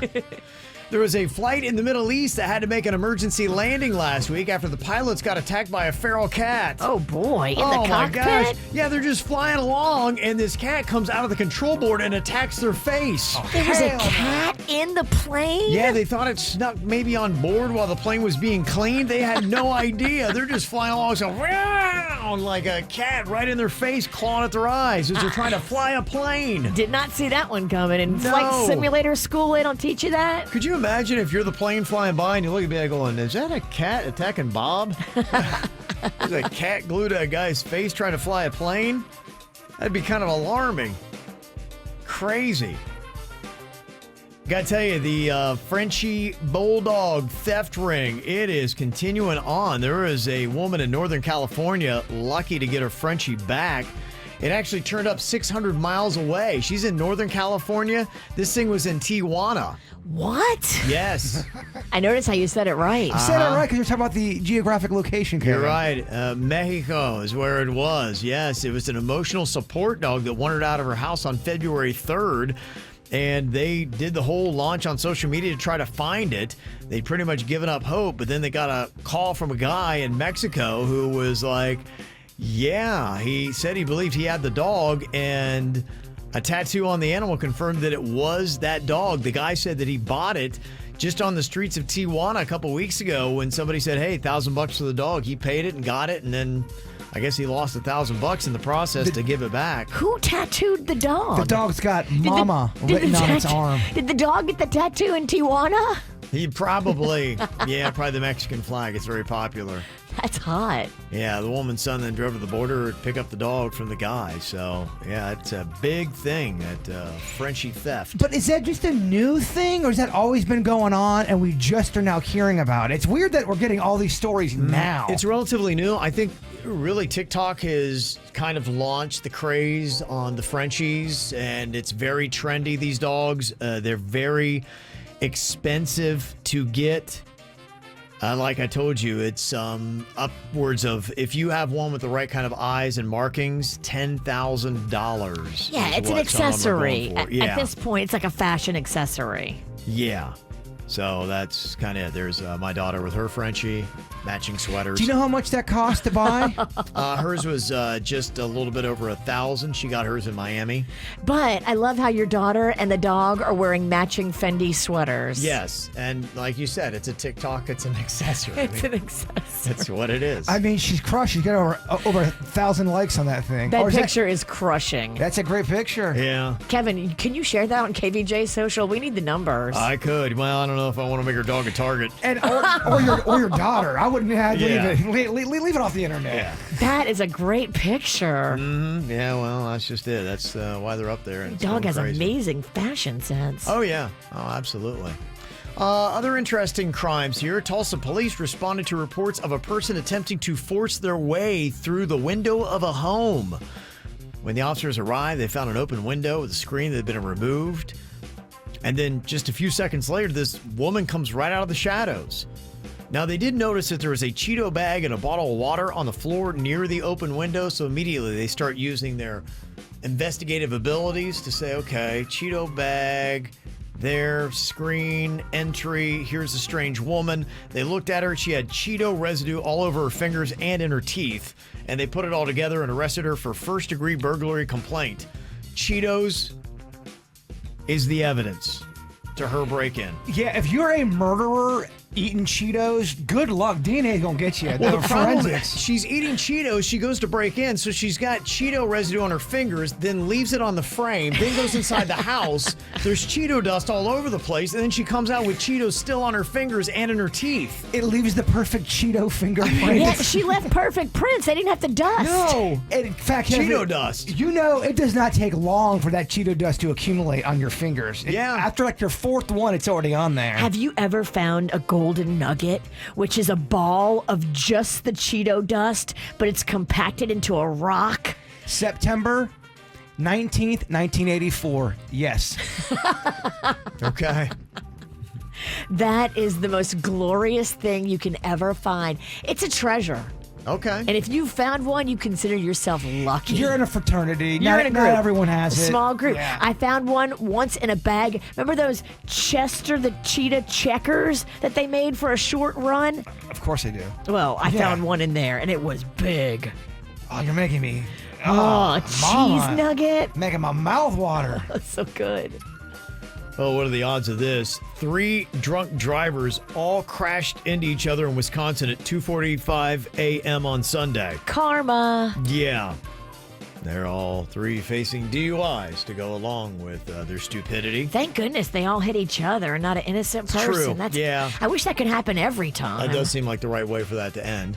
A woman in North Carolina was hospitalized with life-threatening injuries after she tried to get out of a car to dance next to it. You seen that video? Yes. But she got stuck in the seatbelt and was dragged almost 1,200 feet. Damn. Yeah, that's not a real good thing to do. You shouldn't do getting out of the car little games. I thought I was scaring Denny's one time. Like he was ahead of me and we're at a red light, so I got out of the car, put it in park, I started knocking on his window. I realized it wasn't Denny's, it was the wrong car. I'm sorry. Oh, boy, yeah. I'm sorry. They were a bit alarmed. You're gonna get shot. That's why I'm giving you the PSA. Whoops. Another new crime out there. There's this trend of high-tech dine and dash where people order food through a delivery app but then dispute their charge with the credit card company to get a refund. They say it's gotten so bad it's even driving some restaurants out of business. Oh my. How terrible is that, huh? That's awful. You are a terrible person. Yeah. If you're doing that in a pandemic when these people are struggling to keep their doors open, not cool. You have bad karma coming your way. Mm-hmm. Well, and I know you guys love the cheese nuggets and the Cheetos. How about this? All peanut butter Reese's. That's going to be the new cup. It's all peanut butter, no chocolate. It's a peanut butter shell with peanut butter filling hitting the stores next month. Shut up. What do you think about that? That is wonderful. I actually don't really want the chocolate on the peanut butter cup. I want more peanut butter. You don't speak for the candy community, and I am intrigued. I'd like to wait until I get my full opinion. Oh, I'll be first in line. I'm always a fan of giving options to the consumer. Yeah. You have the old school one there. Right. Give me some new stuff. I like it. How groundbreaking is that? An all peanut butter cup. Oh, Kevin. Yeah. I love it. You want breakfast, Mama? I got you. No, I'm trying to be good. Get away from me, Satan. Yeah. You and your carb party. Yep. So you're having sex less these days. Just know that you are not alone. There's a new report from the Kinsey Institute that found that nearly half of all people have seen a decline in their sex lives during the pandemic. This is a study of 1,500 people, and 750 of them were like, yep, pandemic's not been good. And this is the weird thing, too, because we got a text message that just came in, and somebody said, yeah, this is kind of weird because I am going through this, but what's odd is that I see my husband more because of the pandemic, so why is our sex life suffering? That might be it, because you are you can't breathe. You're claustrophobic. Overexposure may not make you turned on. You're grating on each other's nerves, possibly. Familiarity breeds contempt. Well, and I do remember when we were talking about a year ago now, when we're coming up on the 1 year anniversary of this pandemic really kicking off. And we started off pretty hardcore with those lockdowns. People were at home. And I remember it was like late last March and April where we're like, oh man, hey, look out, nookie time, baby. All Everybody's the babies boning right and left. Right. Well, then you're probably thinking, hey, we got maybe, 2 weeks to stop the spread? Was that kind of a slogan I remember? Yeah. Remember, stop the spread. Let's shut it down for 2 weeks. Yeah, so people were spreading for 2 weeks, and then after that, they're like, okay, all right, week 3, let's keep it going. Week 4, all right. Week 5, you're like, yeah. Week 6, I'm tired of you. Yeah, I think absence makes the heart grow fonder for some people. Yeah. You can't, you have to miss somebody.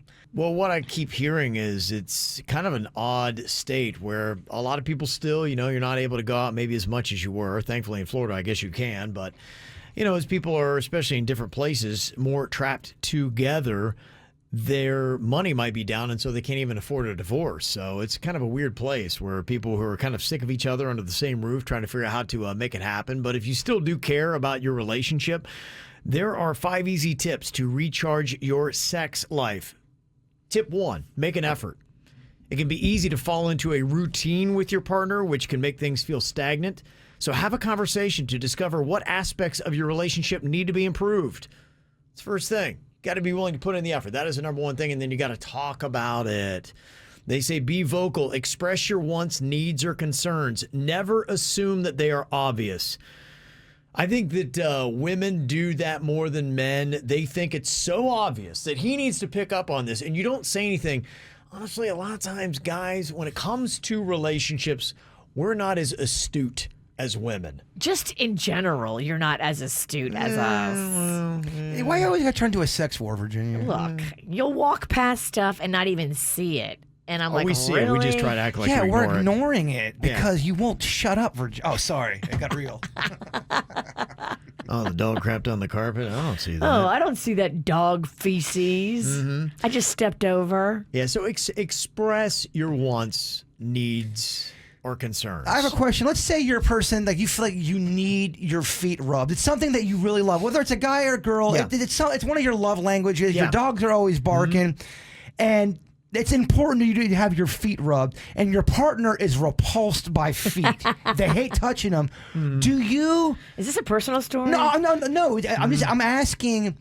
Does the person who is repulsed by feet, should they step up and start learning to be more with feet because it's important to their partner, or should the person that wants their feet rubbed accept the fact that their mate is repulsed by feet and they should back off? Who's right? hotter? Who right makes the money in the relationship? Well, where's the compromise when it comes to that stuff? One hates feet, one loves feet. Yeah. Do you suck it up and rub feet even though you hate it? I would say yes. Coming from a guy that is, I don't love feet. I'm not like a foot fetish kind of guy. I'm probably more on the side of repulsed by them. But every time I get a chance, that is one of the things I do for my wife. She always wants foot rubs, and I give her a foot rub on the weekends pretty much every night. Foot, hand, all that kind of massage stuff I do. And I don't love, and she got some street-looking feet, too. I'm telling you, she's been kicking them dogs around a little bit. So Street feet. So, I'm kind of like, ooh, okay. But I suck it up and I do it because I know it's something that matters to her. So that's what I thought you're supposed to do in a relationship. I would say do that. You should do that. And I always now in my mind, I keep in mind that 5-to-1 positive to negative ratio in relationships. And so to me, I score a point. You need to have 5 positives to every negative you have to maintain a good balance of how you feel about one another in a relationship. Yeah, that's a good number. It's so crazy how polarizing feet are when it comes physically touching a foot. Some people love it, defend it to the death, and some people are so repulsed by. I like feet stuff. I like feet if they're good-looking feet. But that's the thing. I am very judgy about a foot. If a guy wanted me to rub his pigs and they were gnarly and disgusting, I wouldn't be able to do it. But if he had nice, well-manicured, clean, neat feet, I would absolutely do it. I agree with what Angie says. If you love someone, you'll rub their gross feet. And I 110% agree with that. It's what you do. I don't know. How gross are we talking? We're talking street feet. Yeah. Street feet's my favorite name. Look like she's been kicking a wall for an hour. I have a friend, and my friend has street feet, and it's a guy. Are you talking about me again? No, not you. Not this time. But I could not get past it. There's street feet out there that I'm sorry, I am just not woman enough to be able to stomach. Well, you're not taking him as your lover, though. If he was your lover, you would say he wouldn't be my lover because of the street feet. What I'm saying is you would sit street feet down and say, look, you got to make an effort to not have such street feet. If he was your lover and he's your friend, you need to mind your own business, honestly, judgy. It's not even you. I know, but I'm defending street feet people. I'm a member of the community. Mm-hmm. Your feet actually look better than this cat. Well, do go on. In fact, one of the tips I'm going to give you is try to find a way to remove some stress from your partner of the 5 tips I got for you. And frequent massages is one way to do that. Another way, if you just are completely repulsed by their feet, is you can take away some of the chores or errands off their list by doing them yourself and realizing that you're going to make them less stressed. So at the end of the day, you got to remember that you guys are a team, and you shouldn't say that stress is your problem, not mine. You know, when stress happens, it really should be happening as a couple. If you do that, you'll find that you're going to be a little bit closer. Yeah, it sounds like a lot of fun. You're in a great mood. You come home. Your girlfriend's all pissed off at her friend. Now you have to be pissed. It's the weekend. No, you must sit here with me so we can talk bad about him. Let's get angry and power drink wine together. If you're trying to fire the love life back up, tip 3, disconnect from the phone and connect to each other, it says. Staring at your phone means you are not fully present with your partner. Set the phone aside and dedicate time to enjoy each other's company without distractions. Try interactive activities like walking and talking, cooking, playing games, or even dancing. Watch some Wheel of Fortune and turn it into like a sex game. You can. Every time they buy a vowel, you go downtown. Dude, it's not the podcast, but I support the example you've given. All right. It's 9:30. It's almost the podcast. They got a nice sandwich shop there downtown. Yeah, they do. A few of them. Yeah.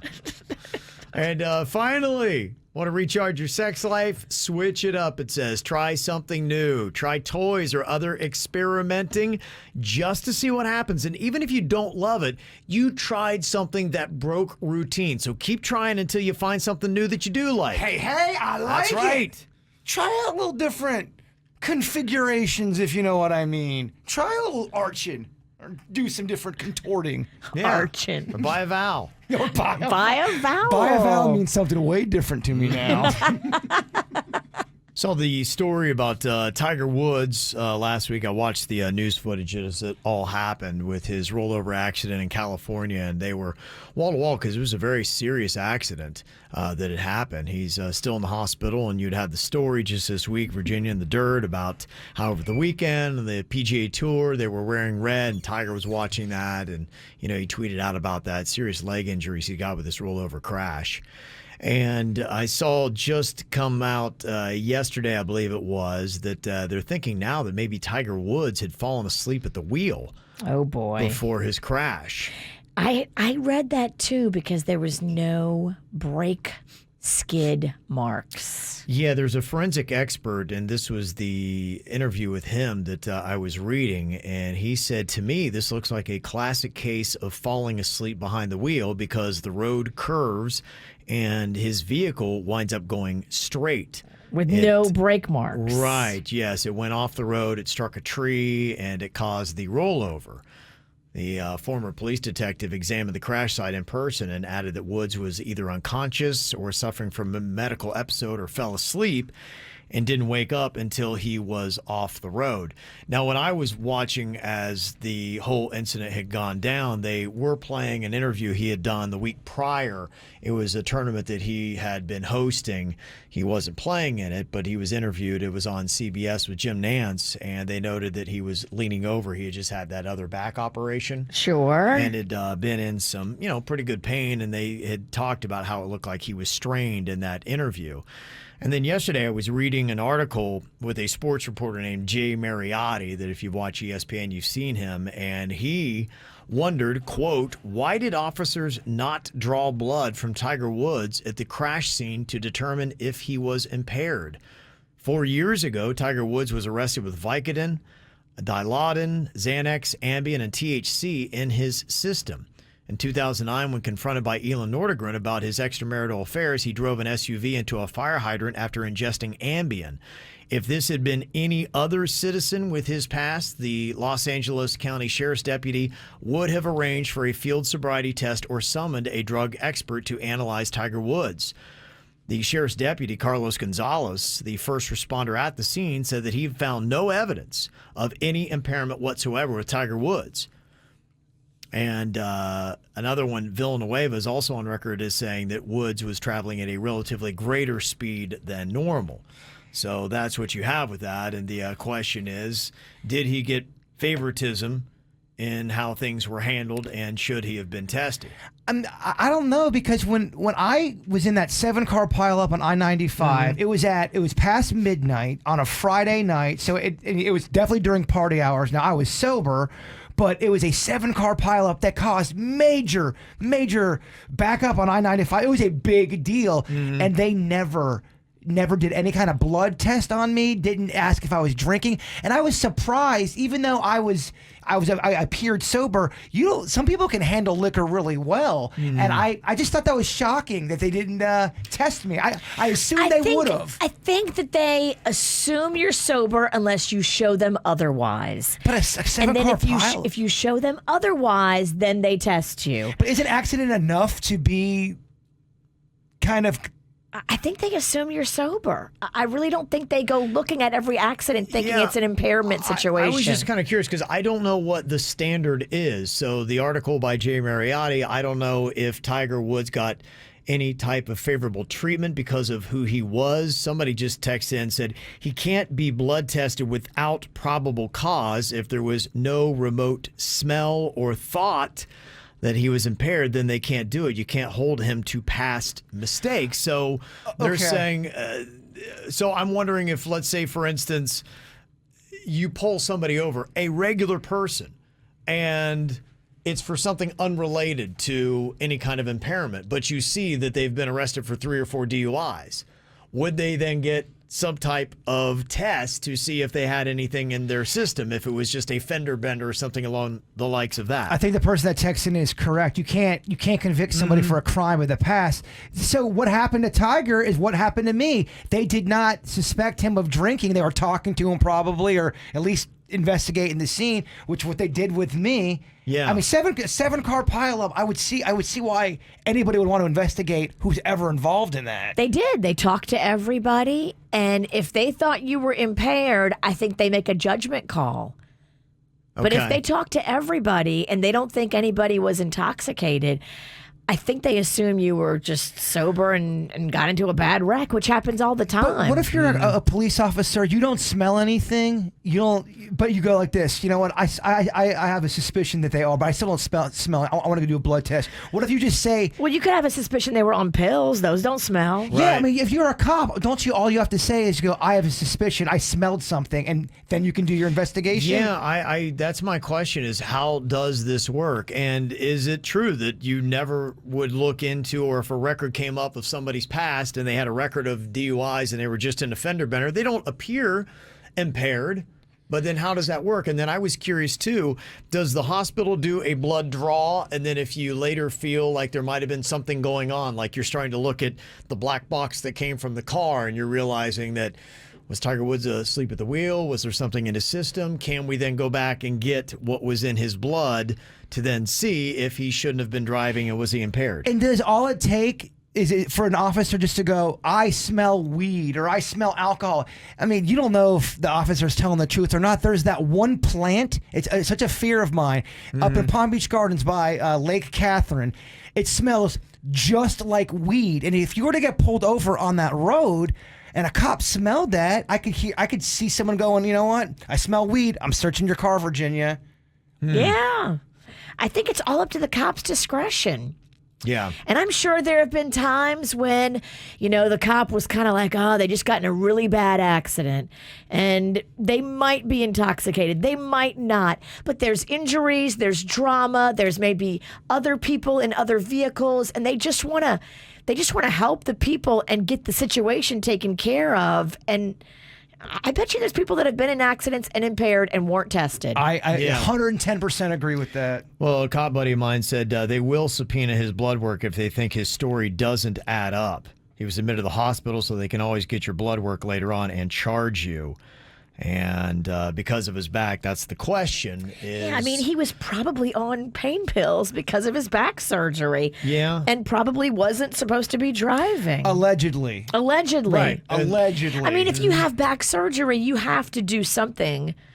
I mean, you don't just bounce back from back surgery. Is that a professional medical opinion? I mean, I would think when they cut you open, it hurts. Well, that I know. It does hurt.